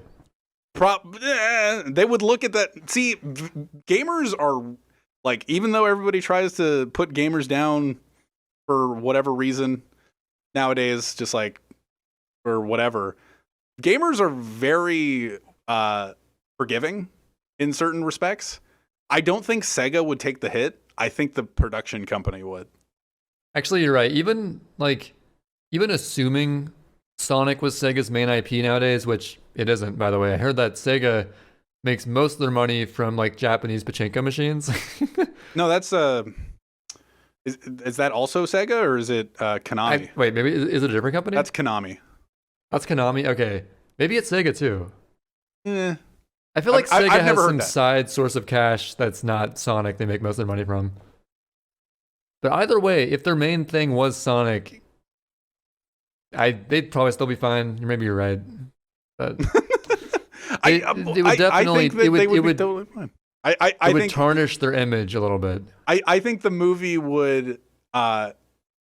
It would be just like another movie that everybody that critiques movies or talks about video games, it just another feather in their cap where they're just like, you shouldn't try to make video game movies. Just like another talking point for all of those talking heads that just keep mentioning, just like, it can't be done. Nobody's ever done it correctly. Like they're all horrible. Like even Prince of Persia's, like everybody mentions Prince of Persia in the worst video game movies. It's fine. It's a fine movie. The Sonic movie is in the upper echelon of video game movies, I'd say. Yeah. So, Well, which is not like too crazy because it just means that it's fine. But, you know. I'm kind of surprised that nobody talks. I have not seen it, but the Ratchet and Clank movie exists. Oh, really? Huh. Like there's a Ratchet and Clank movie, right? It was in theaters. I don't remember. I don't even remember that. I don't remember. I think people liked it, and then it just kind of disappeared. Like maybe it was that okay to the point of just fades into the background, but like that would. I didn't even know it happened, so maybe. Yeah, I don't never know. played Ratchet and Clank, so it'd be interesting if Sonic. But there was a theory going around when Sonic was revealed, like the original Sonic before the remold, like it was supposed to be bad. Well, it wasn't even that. It was just like they designed him badly, or the production company. What was it? The theory was the production company were given so many notes, and this was the approved thing, and then the production company that actually made the design went, this is horrible and nobody's gonna like this, but all the higher ups thought it was great, and then they released it. They leaked it to the public so that the backlash would make it so that the higher ups went, all right, you got to fucking change this. that was the rumor, and I don't actually know what came, but it's definitely better than it was. Because they were Johnny on the spot with that. Like they had the redesign within months. Mm-hmm. So they probably, I don't know. It sounds not. It sounds like a lot of money invested in it, but it sounds like they were ready to redesign that fucker. I feel like they intentionally. This is my personal theory. They put it out already knowing they would eventually change it. They just wanted to like have people realize, oh wow, the new design is so good by comparison. And it's almost like a sigh of relief, like, oh, whew, thank God the movie's actually going to be decent now. And then no one would like criticize the movie. Well, that too, but the theory that another theory I was thinking about was, or somebody I heard. I don't think about it. I don't make any theories. The only thing I find is video game shit. That's the only thing I find. Like the fluff tech in Super Mario Sunshine. That's the only stuff I find. But yeah, that's the fluff tech in Super Mario Sunshine. Yeah, shout out to that. Even though we've been talking about Smash. Keon's a hidden. This is our first time talking about Sunshine the whole episode. I'm impressed. Speedrunning is where you go really fast in a video game. And sometimes to go even faster, you got to grab a disappearing fluff and teleport to the top of the tree. Yeah, hopefully. It's lucky. And just pray that it happens, and usually it doesn't happen. The theory was when they released... Another theory was when they released the design of the first one was it was planned to be bad so that there would be an uproar and people would start talking about it. Yeah, that's kind of what I was saying as well. I left that part out, but yeah. Well, that's the important part. I left out the part of the whole reason they did it was like to like stir up public interest, or rather disinterest. Because any kind of publicity is good publicity. So yeah, it worked. Yeah. Good job. If it was released as like with the current good designs, people would be like, "Oh, cool, Sonic. All right, well, maybe I'll see it. I don't know." Well, this movie was okay. You know, it'd be the Ender's Game. Yeah. Is Ender's Game? I thought Ender's Game was bad. I think Ender's Game. I never even saw it. It just sounds like the kind of movie where it's forgettable. So yeah. Ender's Game is the example of a bad movie that everybody forgets, and then The Room is the example of the bad movie that is so bad to the point that it's amazing. Those are the examples. Yep. Another movie like that, which I actually saw, I watched it with my friends a long time ago, probably like in middle school or something, because it was on Netflix, was Troll 2. Oh yeah. It has the scene where the guy's like, "They're eating her. That means they're gonna eat me." Oh my god. Pretty good. Classic. I don't know. I don't know why we watched that. We were just itching for some shit that day. I don't know. We were itching for some shit. You know how it is. Yeah. I try to watch good movies. That's kind of my point. Whenever You never I watch watched movies, a movie that you knew was going to be super bad, so you can make fun of it. dude, I feel like I've done that. I Well, think Troll 2 was the one time I've done that. the example that I keep bringing up is just like I played Luigi's Mansion 3 so I can complain about it. Well, okay, we thought it was going to be this, like it was decent, right? I thought it was decent. Well, that's how I justify spending the 90 Canadian dollars that I bought it for. It's just like it was not the end. It was not an Ender's Game, but it was like an okay movie. It wasn't quite as good as Luigi's Mansion 1. Yeah. But it was pretty forgettable in some ways. Yeah, but that's how I justify the $90, where it's just like I spent $90 and I didn't have a great time, but because I spent the $90, nobody can really complain about the fact that I'm complaining about it. It's like I finished the game, I spent $90. Canadian dollars, by the way. I know it sounds like a lot. And I invested the 11 hours in the game, and now because I did all of that, I get to complain about it now. Whereas movies, I don't really watch movies to complain about them, I don't think. Like, I don't think I don't know, man. Well, no, you wouldn't go into a movie that you know you're going to hate. Like, I don't think so, no. You wouldn't do that. I always go into movies being like, maybe I'll like it. That's how I was with Sonic. And, I'm Sonic, to give a brief history, I think that Sonic, I left this out if I ever talked about my gaming history, but one of the first games I ever played was Sonic CD, because for some reason, I didn't have a Sega CD, obviously. Those are pretty obscure and before my time, but we had this disc growing up on PC that I don't know if it was one disc or two disc, but I had Echo the Dolphin and Sonic CD on PC as a little kid. And both those games I loved a lot, especially Sonic. Like, Echo the Dolphin was dope, but Sonic CD was mind-blowing to me. Like, my 5-year-old brain. Pretty crazy game. Also a really sick soundtrack as well. Both the JP and US soundtracks that are totally different for some reason, but there was that. Then I had like Sonic Adventure DX, Sonic Heroes, Sonic Mega Collection for all the classic ones. Sonic Mania more recently. I've played quite a few Sonics in my day. Unfortunately as well, Shadow the Hedgehog, which we don't speak of, that game is terrible. And for the most part, I would consider myself a Sonic fan, but not one of those diehard fans. And that's pretty much all I got on that. So. How do you like going really fast and then not knowing where you're going? I feel like the games do a pretty good job of... They're set up in a way to make it... Actually, in particular, Sonic CD had a really cool addition to the mechanics. I think it was Sonic... So, there was Sonic 1, Sonic 2... And then I think Sonic CD was like the third Sonic to come out, if I recall correctly.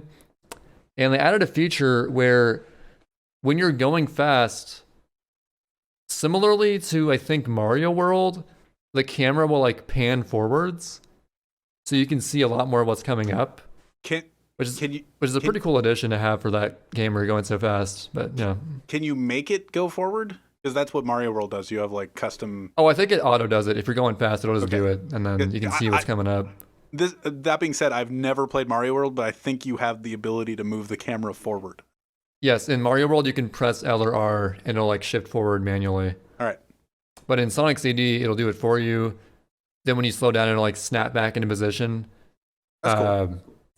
I don't know. Sonic games, they do have their bullshit moments of like, okay, well, I had no idea Bottomless Pit was coming up. But those moments are pretty few and far between. For the most part, they're pretty well-designed levels. So, particularly the 2D ones. 3D ones are very hit and miss with their level design. Like Sonic Adventure DX, I love most of the Sonic stages. I love how Sonic flows and controls in that game. He feels very fluid. The way the spin dash works and etc. But then you have the alternate storylines of Big the Cat, where you're fishing the whole time, and I'm like, why the hell am I playing this? And yeah, hit and miss, 3D Sonics. The only thing I know about 3D Sonics, I would participate more in the Sonic conversation, but I have not played any Sonics. I know you haven't played them. One more thing on that. Sonic Heroes is very underrated. I love Sonic Heroes. You gotta get that out there. I've heard Sonic Generations is okay. I don't know. I never played that one, but I heard that was pretty good too. Yeah, I hear a lot of things about video games that I don't necessarily play. And I watched a lot of the Sonic 06 gameplay from Game Grumps. Mm-hmm. That's what I did. I watched most of it. I didn't watch all of it, but I remember enjoying that to an extent, or having it on in the background while I did other stuff. But yeah, there were some hilarious moments in that. Yeah. Particularly getting stuck like on the hill with the snowboard. Don't remember. The snowboarding just looked abysmal in Sonic 06 from what I saw. Dude, that was so long ago. I don't remember anything. I just remember them from what I remember of their playthrough. I remember them going through the main world and not knowing where to go or who to talk to. Yeah. And then just like randomly getting hit by shit. See, I'm glad I didn't play that game because that game looks atrocious. Yeah, it looks pretty bad. But let me really quickly just explain to you why Shadow the Hedgehog is a bad game. Go for it. Because some people, when that game came out, were like, yeah, it's pretty good. I enjoy it. Yeah, I like it. And I'm just like, I don't get it. Because it has the usual 3D Sonic elements, except your Shadow, but basically you move like Sonic. But you have guns, which honestly, from a outside perspective looking in, it's like, okay, why do I have guns as Sonic? This is kind of weird. But honestly, the gun gameplay worked pretty well. Like it sort of like auto aims, and it feels pretty good to me. The guns are fine. Honestly, they're fine to me. What's not good is that there's so many missions. So the way it works is you go through it, and you have these branching pathways. You can choose the good pathway or the bad pathway on the majority of missions, or the neutral pathway, and it affects the order of missions you get in your playthrough. And on some of the things, it'll be the objective is kill 40 enemies, like 40 good enemies if it's like the bad pathway. But it'll literally be exactly 40 enemies in the entire stage, right? Yeah. So there's so many times playing that game where I go through, I miss like one or two dudes. I spend like 20 minutes trying to find them. It's like, okay, what the fuck? This is stupid. So I don't know why it's designed like that. It's just, and there's all kinds of like camera issues, and he controls kind of weird. It's just, I didn't enjoy Shadow the Hedgehog. It's not the game for me, but I can somewhat, super deep down see the appeal, but I didn't really enjoy it at all. So it was like a bad Mario Maker level. There were a lot of, it's like a bad Mario Maker level where you gotta like find every single coin or something. Yeah, or kill every Goomba, and some of the Goombas walked off screen. Yeah, stuff like that. There were times where I swear, like, I killed every single enemy, and the other enemy must have despawned or something, but I don't know, man. The Shadow the Hedgehog is not doing it for me, my dude. You know what? I might try to, like, remember. You want to know what my gripe was with Uncharted 2? What is your gripe? Uncharted, see, you say Shadow the Hedgehog is a bad game. I think Uncharted 2 isn't a bad game. I think there are parts that are really stupid. Okay? That's fair. I think the start of the game where you have to, like, what is it? Dude, it's been a couple years. I've ranted this multiple times to multiple people, like, right after I played it, and I should have, like, recorded it. Have I heard those rants by any chance, or do you think I haven't heard those? I don't know if you've heard this. I definitely ranted the Pyro. I might have ranted it to you. I probably forgot about it, so. But the start of the game, there's a lot of junction boxes. Fuck, I can't remember what the phrase is. It's junction boxes, right? Construction or junction? Junction, okay. yeah. So, like, the ones that turn on the power on and off. Uh-huh. Right? And there's a lot of those.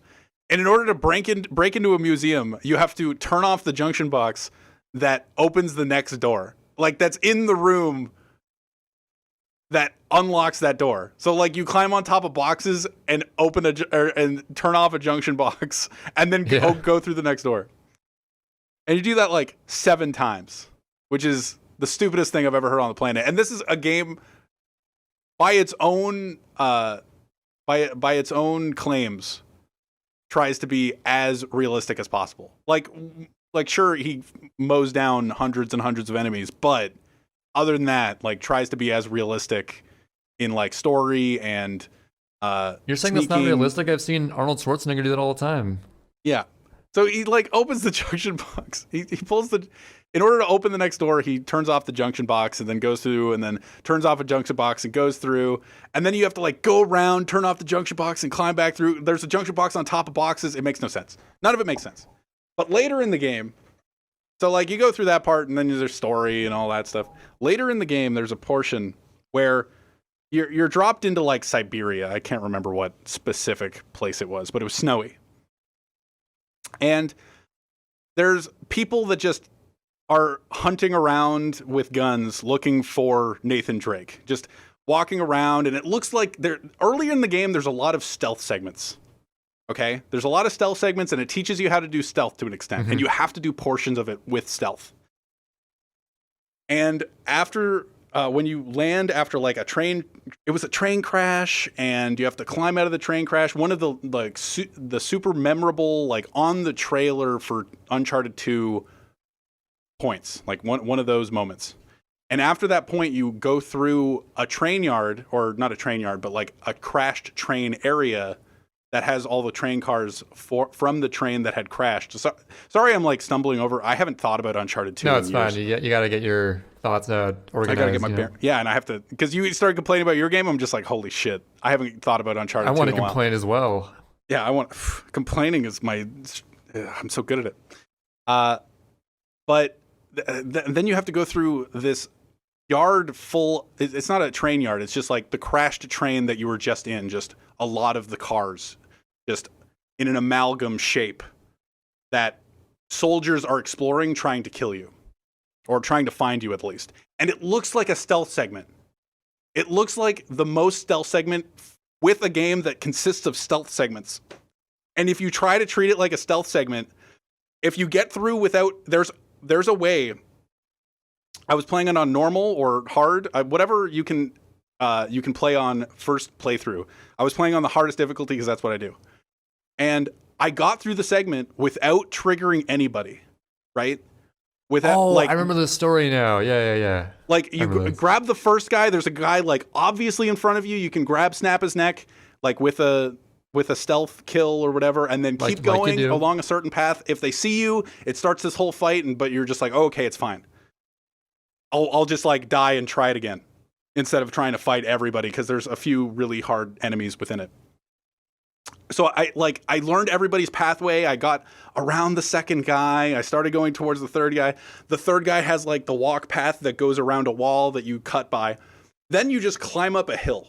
All right. You climb up a wall where there doesn't seem to be any soldiers whatsoever. There's just a ledge and then like snow that walks forward, or that not walks forward. The snow does not walk. The snow just continues forward. Yeah. The snow does not walk. And the snow just goes on into like a turn, and you don't really know where you're going, but like it exists, and it's just like somewhere to. It's the logical next progressive or progress state, progress area. Just obviously where you need to go. Yep. So I got by everything after like probably 10 minutes of work, just like figuring out the pathways of certain soldiers and just getting by it all. I climb up to the ledge. I pull myself up. I take one step. The camera's behind Nathan Drake, right? It's a third-person game. The camera is behind Nathan Drake as you're climbing up. When you pull up, there were no soldiers near me. I've gotten past all the soldiers, even close to me. You pull yourself up, you take a step. The camera does a 180, is looking behind Nathan Drake. You still have control of Nathan Drake, but the camera's totally turned. There are two soldiers below the ledge that you've climbed, and on hard difficulty, you just get shot twice and die.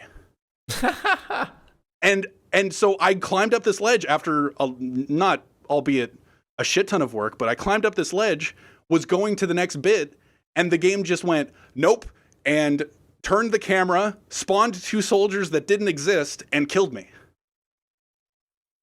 And I went, huh. did I screw up? Like, the first time I did it, I was just like, wait, were there people there? Like, was I, like, the camera jerk was very interesting and kind of out of nowhere, but like, maybe I could have forgotten somebody and somebody just was there or something. And I went through it again and I did the exact same things. And I looked around before climbing the wall and went, there are no soldiers here. And I did it again and I pulled myself up the wall. It jerked the camera around after taking a step and I got shot twice by soldiers and I just died. And on a hard difficulty, you just immediately die. So that whole segment, even though it is totally painted as a stealth segment, is not a stealth segment. It's a 3-wave fight that you just have to start. And so you just like kill everybody in the first area. Then there's a wave that comes from behind you through the train yard and you have to kill all of them. And then there's a third wave of two grenade launching enemies that you have to kill, and they're really hard. And on hard, this is all really hard. And then you beat them all. And then what happens, Trey? And then, wait, I don't remember the whole story. Crap. Did you climb up again? They weren't there? Or what? Yeah, you climb up again, and then you just go. Yeah. So, like, the whole thing was, it just started 3 waves. The third wave was like a blizzard. A blizzard started on the third wave where you had to kill the grenade launchers in a blizzard.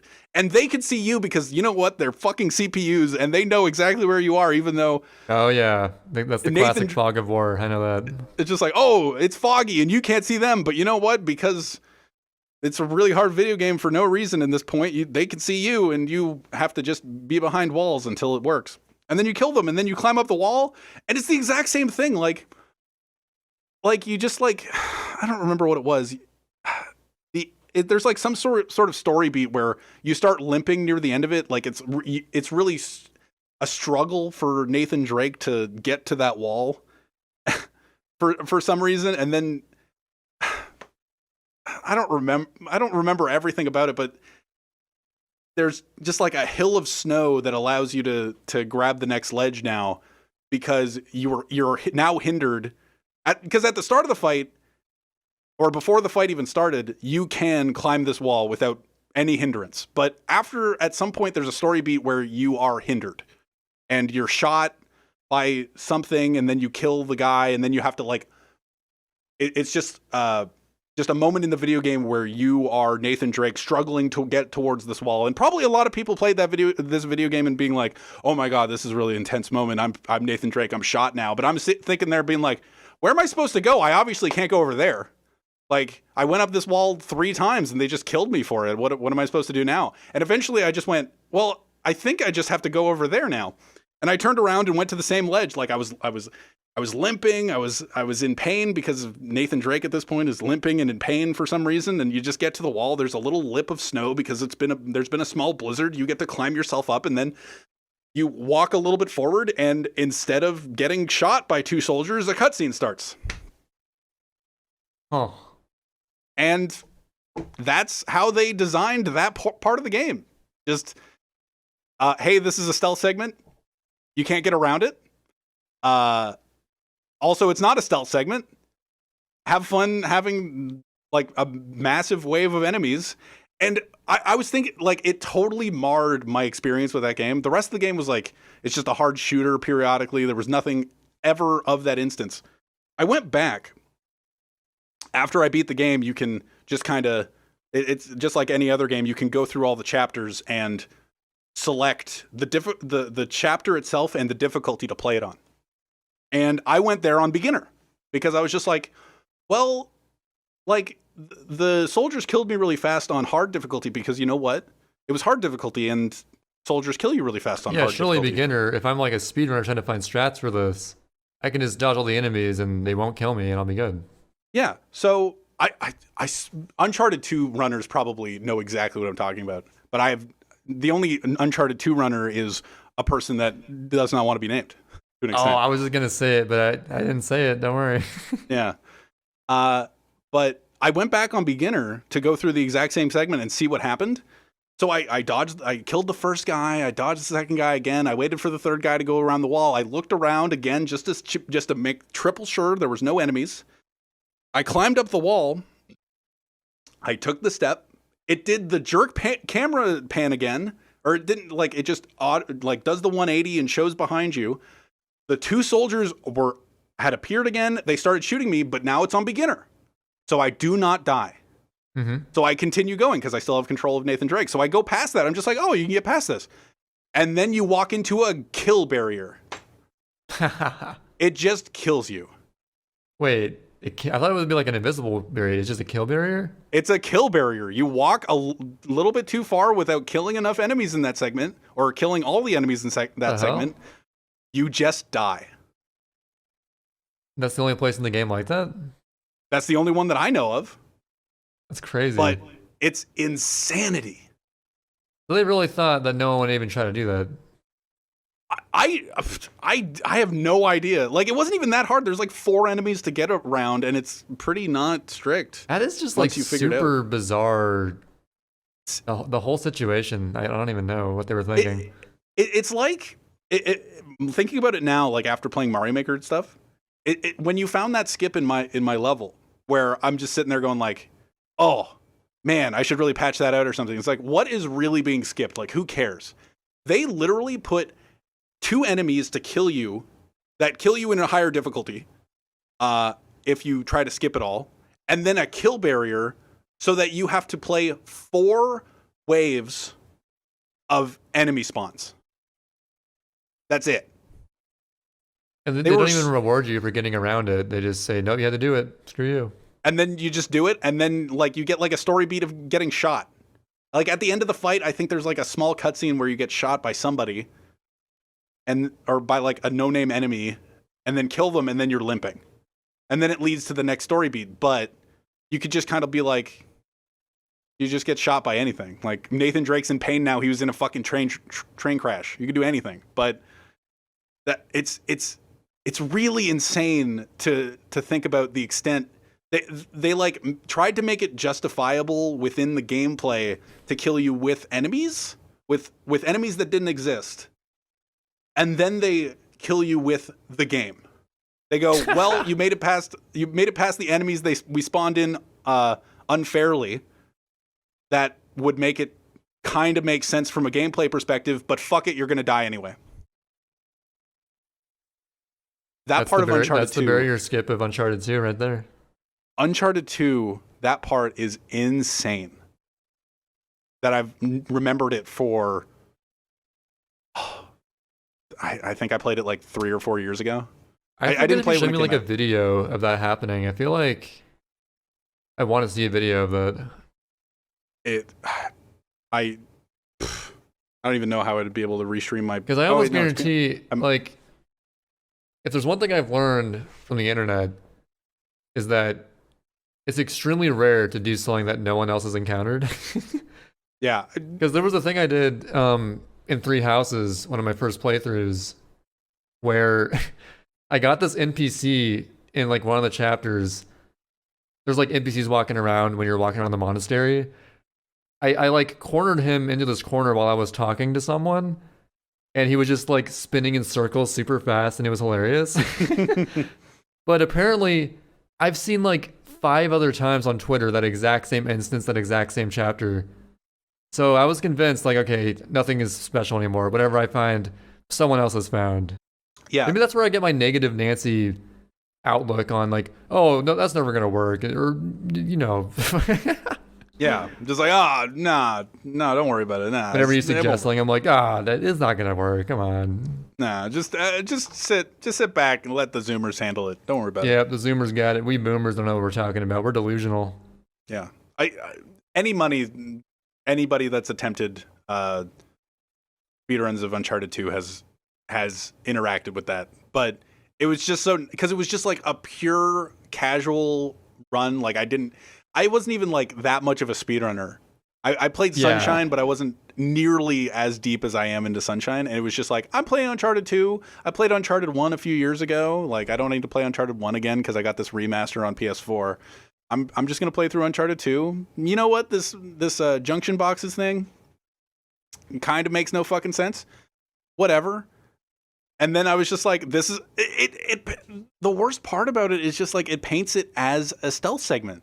Like, it's a stealth segment because nobody knows where you are until they notice you. That's just the bad game design. But you have to fight them all. Like, you have to kill them all. You have to have them know where you are. Like, they have to find you, but the game doesn't... It isn't a scripted death, or it isn't a scripted find or anything. It's just like, they could have easily fixed that with just having it as, like, you walk into the area and a cutscene starts and you start fighting. Yeah. Like, why can't they just do that? See, the thing that actually, I on multiple attempts after that, like I kind of jumped over a few attempts. Like I did the one pass and then got killed, and then the second pass just to double check if there were enemies, and then got killed. The third pass was me, okay, I'm gonna kill or try to kill everybody in the first area first, without them noticing me. Like maybe the third try was me killing the first area and then realizing there was a second wave of spawns or something, and then dying to them or dying to the third wave or something, and then going like, well, this fight sucks. What if I just kill everybody's? What if I kill everybody silently? What if I just silent assassin everybody in the first wave? Why would a second wave start? That was actively aggressive, and I went through the work and I killed everybody silently, and nobody saw me, and they all died. And then the cutscene played for the second wave of enemies coming at it. I'm just like, what the fuck is this area? And they just like pour in, and you're just like, all right, well, this part sucks. It's a huge oversight. Yeah. Like, there's no way people didn't interact with that. Because there are definitely people that interacted with that on first playthrough and being like, what the fuck is this? I think the rule of thumb is if you're specifically running a game and trying to find something, there's a chance no one's found something before that you found. But if something happens to you in a casual playthrough, it's probably happened to someone else. I see my point of view on the speedrunning thing, where it's just like, if you're actively looking for something and you find something, it probably happened to somebody in a casual playthrough that didn't think about it. That too, yeah. Everything's known. Like the thing about rocket storage is Wilco did it a bunch of times, or there were people that did rocket storage in Super Mario Sunshine. Specifically, Snarfy Bobo. There's a famous clip of Snarfy Bobo doing rocket storage before we found it, and no one having any idea what happened. Yeah, he was in Rico, doing the Rico hundreds, like the plank next to the lighthouse entry. He was getting those coins and the blue coin on there. He fell off by accident. He started charging a rocket as he was falling to the lower area. He ultimately like finished, like it went off. He basically stored it from the large fall by chance. And I think he landed on like this weird slope of like one of like the weird pieces of rubble in that section of Rico, which caused him to just like insta go off of a ledge and use the storage. Yeah. And he's like, whoa, where the heck did that height come from? I got like the height of 1.5 rockets randomly. And so, yeah, there was an instance of rocket storage months before rocket storage was formally found. So crazy stuff like that. Yeah, and with the rope, like there was a lot of people like showcasing a glitch with rope where you could, with a rocket, go onto a rope and just charge. And if you got hit by a wind, or if you got hit by a wisp at the perfect time, one of those wind spirits that go around you and attack Mario during Bianco 4, if you got hit at the right time after a lot of rocket storages, as we know it at this point, but just like charging it on the rope, you just get knocked into the air really, really, really high. And it was shown as like a glitch showcase. Like that's a Sunshine glitch. Yeah, Topol showed that in his 2013 glitch showcase. Yeah. And now it's just rocket storage. Like that was rocket storage before we knew what rocket storage was. That's crazy. Like it was found in different forms over the years until its ultimate form in 2016, where you can store infinite of them with rockets. But yeah, like I don't, whenever I find things or somebody finds things, I don't think, oh, this is the first person to ever do this. I think, oh, this is the first person, or I'm the first person, or whoever is the first person to acknowledge that it's something. Yeah. Or like something that could be abused or used or anything. So like when you're doing a casual playthrough, you don't care. But if you're speedrunning a video game and you're actively looking for something, or not even actively looking for something, you're just practicing, for example, Assassin's Creed Brotherhood, for 100%, and then all you need to do, and I've talked about it before, is just realize that something different happened. Yep. That's all you need to do. Just like pay attention to the point of just like barely anything, and that's all you need. Just like acknowledge that something different happened from the norm, and then think about it from there. Just like, oh wait, what happened? What did I do? Go through the steps. That's all you have to do. That's what I do all the time. That's why I usually suck at finding stuff, because I'm not very observant in that way. But I actually found 2-cycle Blinky fight in Pac-Man World 2, because like it was totally like purposefully done. I was like, okay, I wonder if I pause extra, if I can remove one of the 3 phases of this fight. And sure enough, you can. So like, I've only ever found stuff with a purposeful intent, but like I need to like stumble across something and realize it happened. well, that's what I did with Fluff recently. So since not the last podcast, but since the last Trey and I one-on-one. Well, we've always known that Fluff was jank and could do that, but we never like bothered to find a setup or anything. Yeah. So I was doing a lot of Pianta 8 grinding, and I ended up getting like a 119 or something. Or something. I got a 119, and which is really good. Which is really good, and was the goal. And I don't know if anybody will try to beat it or whatever. But after I got that, I went, I'm gonna like try to look at Fluffs. Just take a break, look at Fluffs, like just the Fluff Festival, because there's a level in Super Mario Sunshine. There's a hidden shine where you go to the top of the tree in Pianta Village and spray the sun and get a hidden. And for a few years, there's been like random ILs of people getting a Fluff and just teleporting to the top of the tree, essentially, or near the top of the tree, and doing like leaf movement to the top and spraying it. And it saves a bunch of time over any practical strat, or at least I think the record now saves 5 seconds off of any strat that is doable without using the Fluff. It saves like 5 seconds over the insane thing Oathflaker found, where like you do a crazy rollout hover and like hover all the way up half the tree, pretty much. Yeah. and then ledge grab, luckily halfway up the tree, and then rehover. Yeah, like that, some crazy strat. It saves 5 seconds over that, so it's pretty significant. And it saves 7 seconds. The world record right now saves 7 seconds over practical strats. Yeah, practical stuff, not the or 8 seconds. 8 seconds over practical strats that people do. And all I was doing, I was doing the same as Trey did with the Blinky fight, where I was looking at it. Like I was looking at the Fluffs and seeing what the fuck happened, because sometimes the Fluffs would just disappear, and I'm like, huh. But I realized that when the Fluffs hit the ground, or not necessarily the ground, but just like a plane that the game acknowledges as the lowest level that the Fluffs can go down to, they just get pushed up. So that's like, what it is. Yeah, they just hit like this barrier, even off stage. It's not the ground; it's off stage. Wait. Level. So there's like a barrier for each individual Fluff. No, each like the barrier is consistent for every. But then, okay, so how come you're able to sometimes teleport when you grab a Fluff that's like semi high up? See,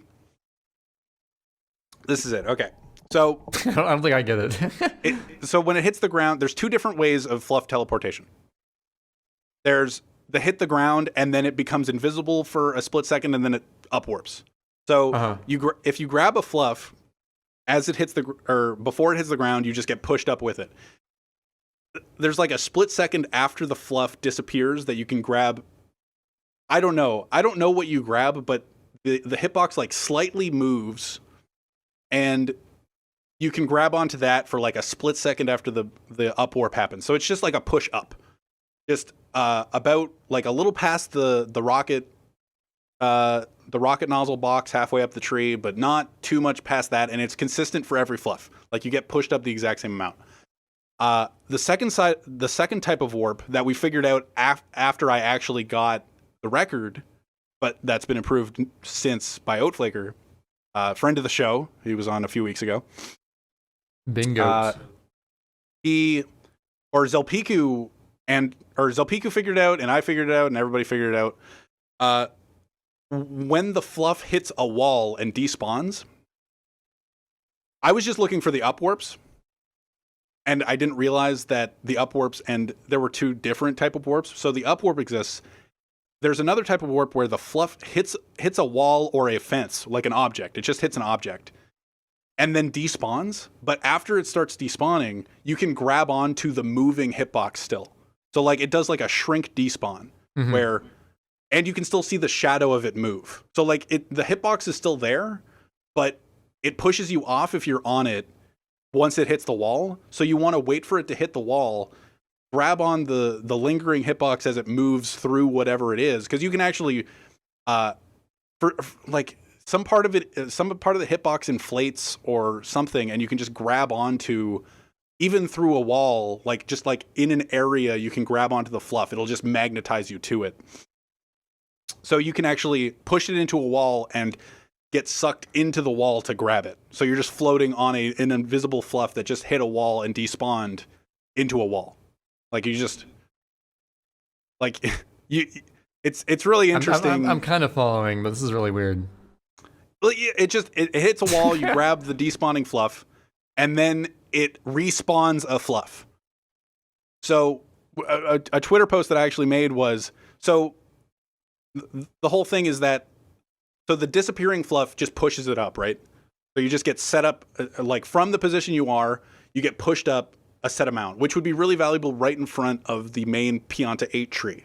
Like if you got a fluff that spawned correctly right there, you like right beside that tree, grab it, it upwarped, you grab the rocket and go up the rest of the way, that saves 2 or 3 seconds off of regular strats. Like it's still way worth to go for that if you see that fluff. That's like probably the most consistent good fluff or good strat with the fluffs. The other strat is hoping to God that you get a good respawn where it's totally random.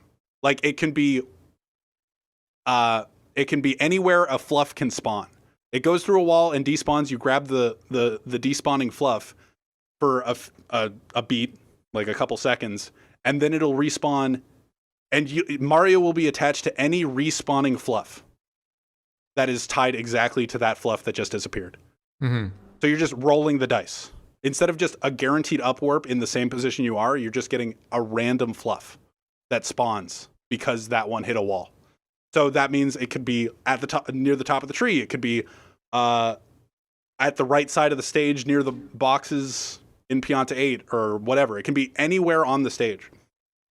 Or, like a Twitter post that I made, it can be 3 feet away from where you despawned, which was fucking hilarious. And I that sounds tweeted like hell to manipulate it. So I think he's trying to task that or something. It seems pretty dumb, but an interesting thing that I didn't know until while I was grinding this, just the evening that I found it. Pago came into my chat, a player of Super Mario Sunshine. He came into the chat. I don't know. He plays bingo. Good guy. French. He came into my chat and was just like, well, you can manipulate the fluffs with the spray nozzle. It's not valuable at all, but I don't know. You can do that. And I never knew that. You can actually spam spray the fluffs. I didn't know that either. You can spray the fluffs and actually move them. And so you can actually intend for the fluffs to hit a wall. Like if they're near a wall, you can spam spray them into the wall and then grab them. So it's actually somewhat viable. It's still rolling the dice for sure, and it's way better to just get the upwarp beside it's way more consistent to get the upwarp right beside the tree if you end up getting lucky at the start of a level and it be there. But it's interesting that there's some sort of viability to like attempting to re-roll a fluff and just teleporting up a tree. Because before it was just you do the movement to a point. You do the movement for Pianta 8 hidden, and then hope to God you just grab an invisible fluff and teleport. And it makes sense, like, once you think about it. So every time that anybody has gotten an IL, a good IL, like Equivocal Genius and that random Japanese player that I can't remember the name of, just got the random ILs that teleported them to the top of the tree, they got insanely lucky because a fluff was blown.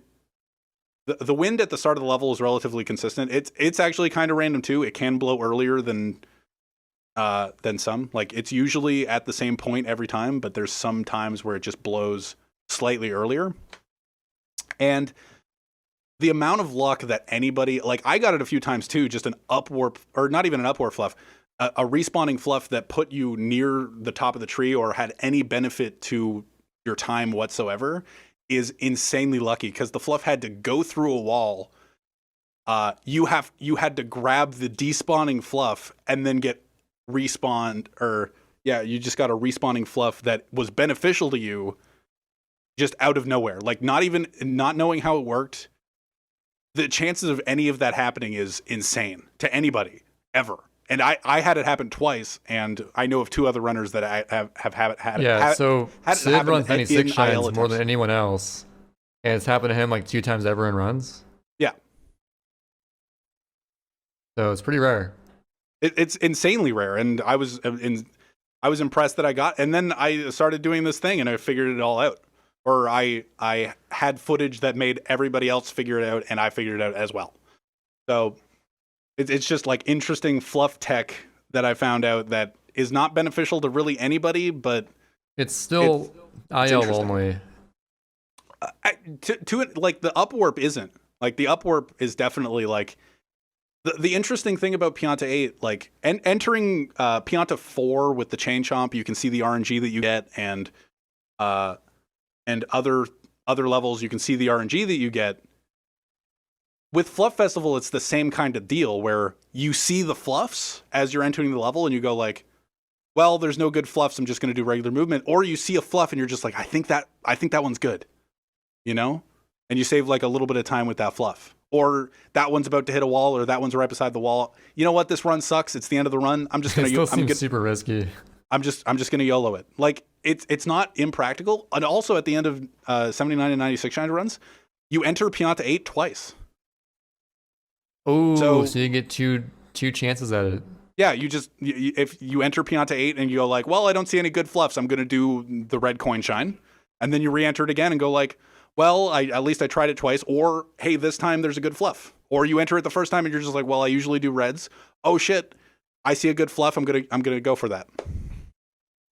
I don't know. It's kind of interesting. I have not done a 96 shine run since I found the tech, but I like in the back of my mind when I'm entering Pianta in late game, if it's either a bad run or a desperate run, why not? Yeah, maybe at some point it'll become almost like entirely consistent. People just go for it every run. The despawning fluff is a pure luck thing, though. I mean, like the one where it hits the wall. Yeah, because like you can actually control that with spraying, I guess. Yeah, like it's interesting that you can control, like you can manipulate it to a point. You can manipulate the respawn into happening now, like after us screwing with it and figuring out why it actually happens and how it actually works. But the pure luck part is still a pure luck part. It's not. Yeah. It's not King Boo where, Rat King Boo manipulation. You know, it's not that easy. Which doesn't work at all. It's not the one in. What are the chances of manipulating the King Boo cycles to not actually require the extra cycles anymore? I think it's like 1 in 64 each time.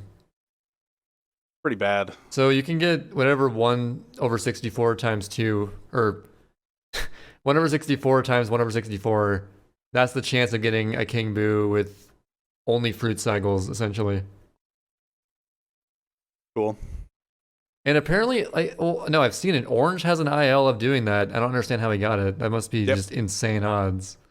He's insane. I remember they were talking in the guy squad Discord, and they were just like, "Oh, this guy just like."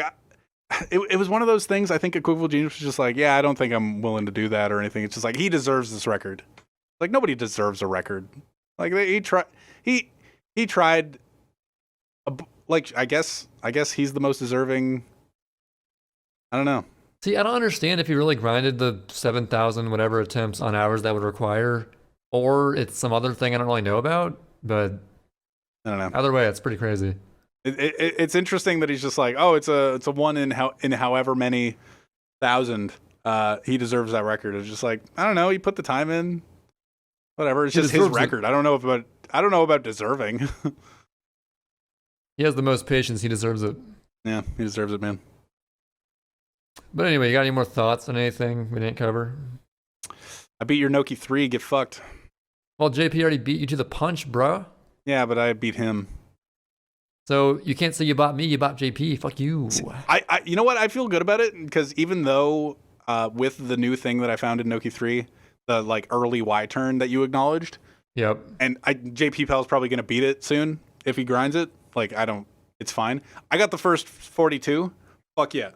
I think 42 is as low as the Noki 3AL is gonna go. I'm fine with it. I'm cool with where we are. And Sid got the first 42, so good shit to him.